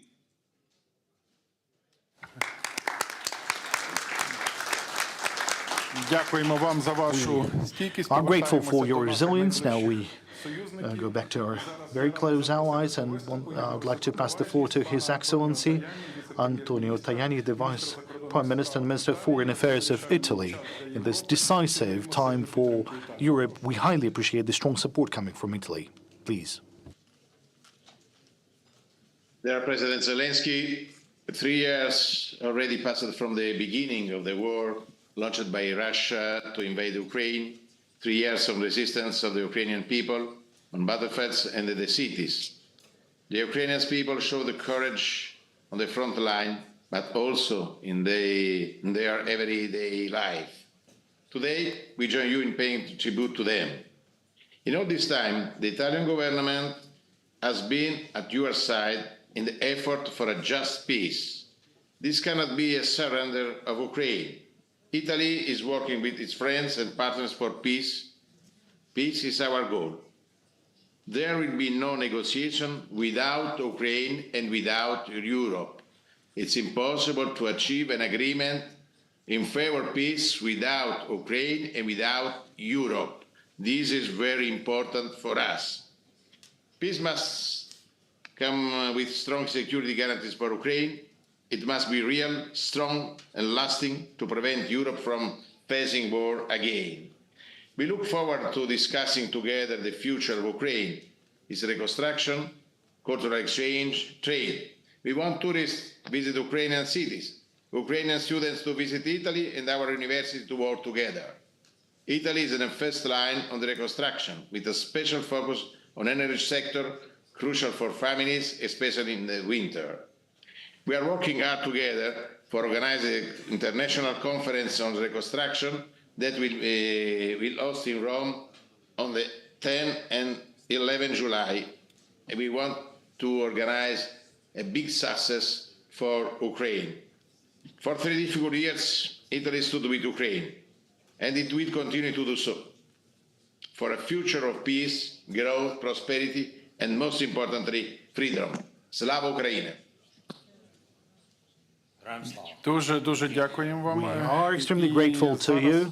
And now, it's a great pleasure for me to pass the floor to Denis Shmyhal, the Prime Minister of Ukraine. Please, you have the floor. Distinguished leaders of Europe and the world, Excellencies, Mr. President, dear colleagues, partners, first of all, let me express the highest appreciation and gratitude to all of you, to your countries, to your nations, for your unwavering support during these 3 years, from the very beginning till today, till our victory, till our mutual victory, I would say.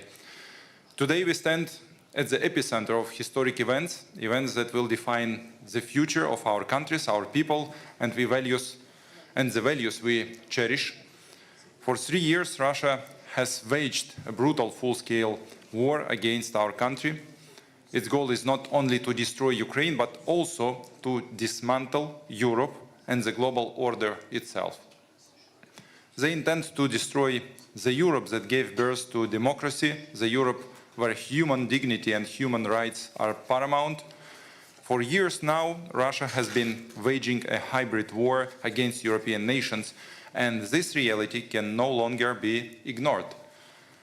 The enemy targets our core values: freedom, human rights, unity, and cooperation aimed at building our common future. The Kremlin seeks to fragment the European continent piece by piece, aiming to dominate each part individually. Only through collective unity we can effectively resist this aggression. Right now, no country in the world has more frontline experience effectively confronting Russia than Ukraine. Behind us stands a battle-hardened army and an innovative defense industry. Ukraine holds the keys to Europe's energy independence, critical raw materials autonomy, and the potential to establish a major manufacturing and logistical hub for the entire continent. Ukraine always has been and always will be an integral part of the Creator European family. Our unity is the guarantee of our security and economic prosperity. As long as we stand shoulder to shoulder, nothing and no one can defeat us. Today, Ukraine is paying the highest price imaginable in this war against Russia. In lives lost, infrastructure destroyed, and severe economic damage. With our resistance, we have bought Europe valuable time. Time to unify, time to act decisively, and time to implement concrete measures to safeguard the continent from catastrophe. We cannot afford to waste this opportunity. Even years ago, when Russia annexed Crimea and started war in Donbass, many saw it merely as passing clouds in an otherwise clear sky. Today, a massive storm of war rages at the heart of Europe, a storm that could at any moment move further west.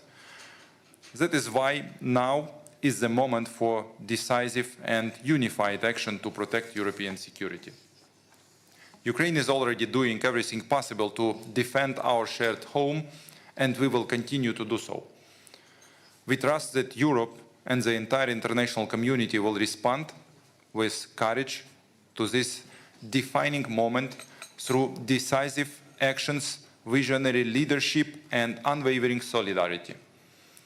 It's time for a strong, united Europe, a Europe in which a strong Ukraine takes its rightful place. Thank you for your support. Thank you for your participation in today's forum. Slava Ukraini. Thank you. Дякую вам, шановний пане Thank you. прем'єр-міністре.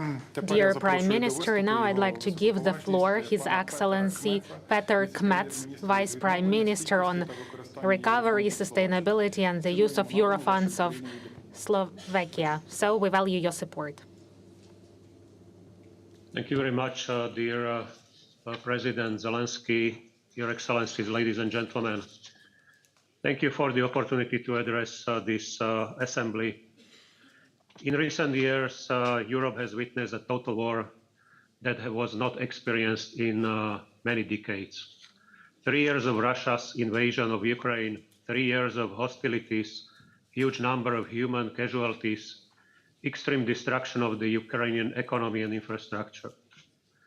Moreover, past weeks has also shown a shift in the United States' approach to foreign policy. This shift has prompted a necessary re-evaluation of our collective security framework that has been broadly discussed also at this forum. The new US administration has undertaken steps to start the process that might lead to peace talks. However, Ukraine and the EU must be at the table. It's the quality of the outcome that will determine European and Ukrainian security and stability in the longer term. Slovakia has consistently called for a peaceful resolution of the war, which would prevent the loss of civilian life, importantly, maintaining Ukraine's sovereignty and political independence in line with international law. Against this backdrop, we support every effort leading to a comprehensive, just and lasting peace. A comprehensive and just peace is a prerequisite for lasting peace. Robust security guarantees for Ukraine are a critical precondition for achieving sustainable solution. Nevertheless, future engagement of the US in the security guarantees for Ukraine is essential. While Europe can and must take the responsibility for Ukraine, it will not be possible without critical enablers and some form of US assistance. Slovakia, as a neighboring country, is committed to help Ukraine in its integration into the European Union, and we have started necessary steps to facilitate the access of Ukraine to the European markets through improving the transborder infrastructure for roads, electricity, energy, and railways. We will continue doing so that Ukraine feel a full-fledged European partner and in the future a full-fledged member of the European Union. Finally and crucially, Slovakia remains committed to strengthening partnerships and across Europe and across the Atlantic. Despite current shifts, we must coordinate with the US and European allies to ensure that Ukraine receives the security it seeks and indeed deserves in the face of ongoing challenges. The resulting architecture should not only deter aggression, but lay the groundwork for lasting peace and prosperity in our shared region. Thank you for your attention.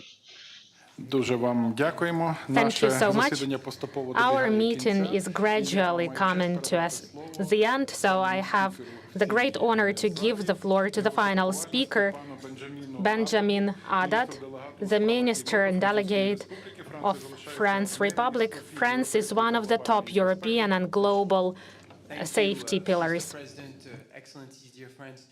It's an honor to be here today with the Ukrainian people. It's an honor to be speaking alongside the brave soldiers of Ukraine. 3 years ago, Europe woke up from its vacation from history. A permanent member of the Security Council, Russia, chose to attack a sovereign and independent country, Ukraine, which in no way threatened it. After illegally occupying part of Ukraine's territory, after occupying it since 2014, by attacking Ukraine on a full scale in February 2022, Russia blatantly violated once again the principles of international law that we have been building together since 1945. Since February 24th, 2022, the whole world has witnessed the courage and the resistance of the Ukrainian people.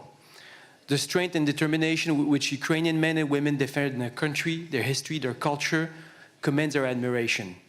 By doing so, Ukrainians are protecting the security of Europeans. We now have an essential role to play in the search for a just, solid, and lasting peace to resolve this war which so dangerously affects European security. We must work together, just as we have demonstrated our unity and solidarity since the first day of Russian aggression.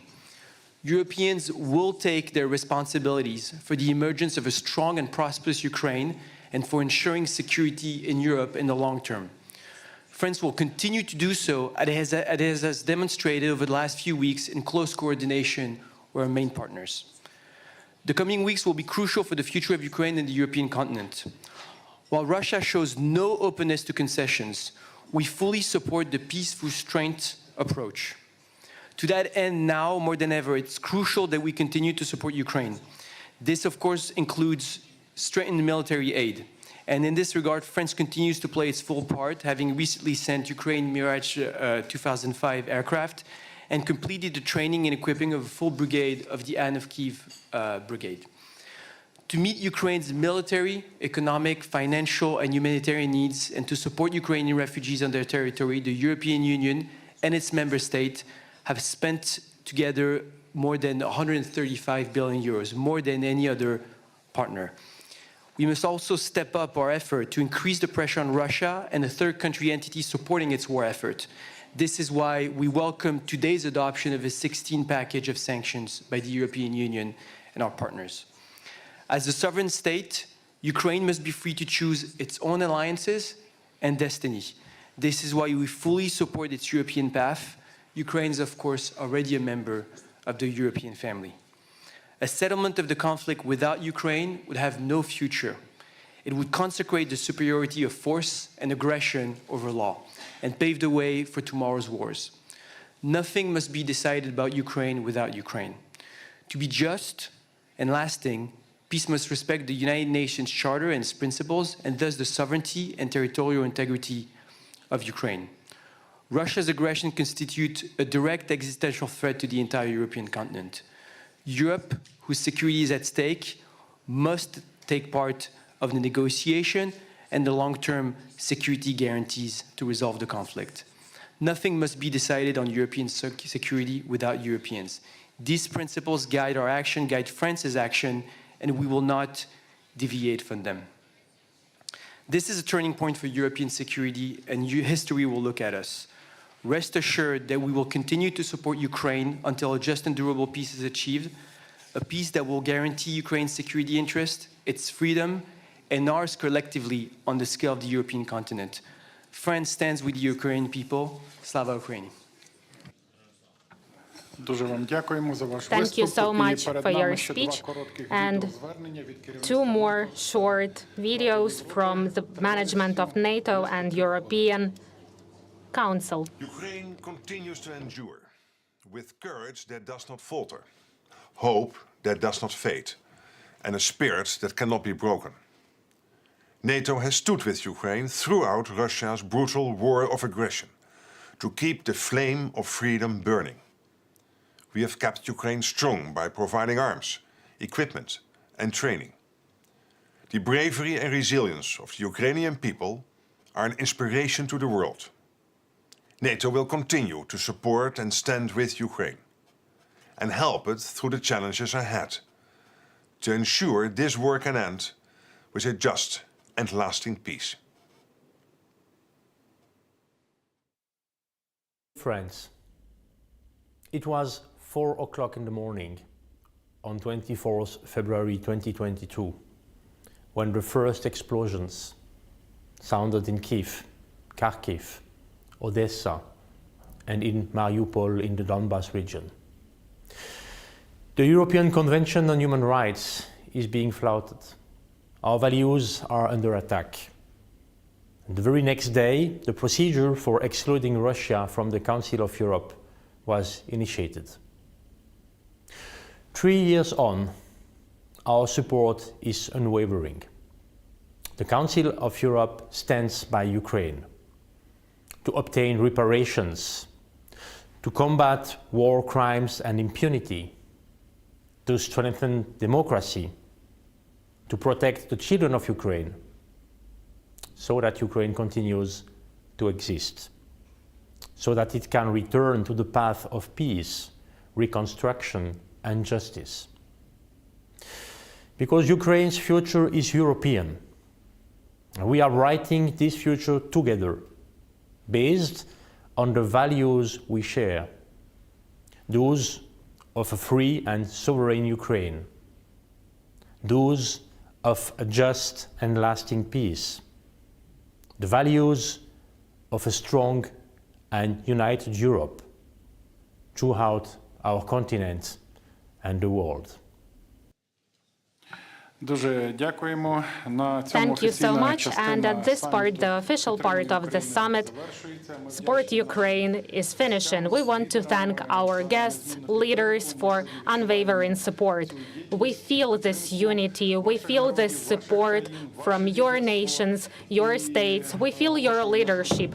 I announce the next element of the program, joint press conference. Thank you.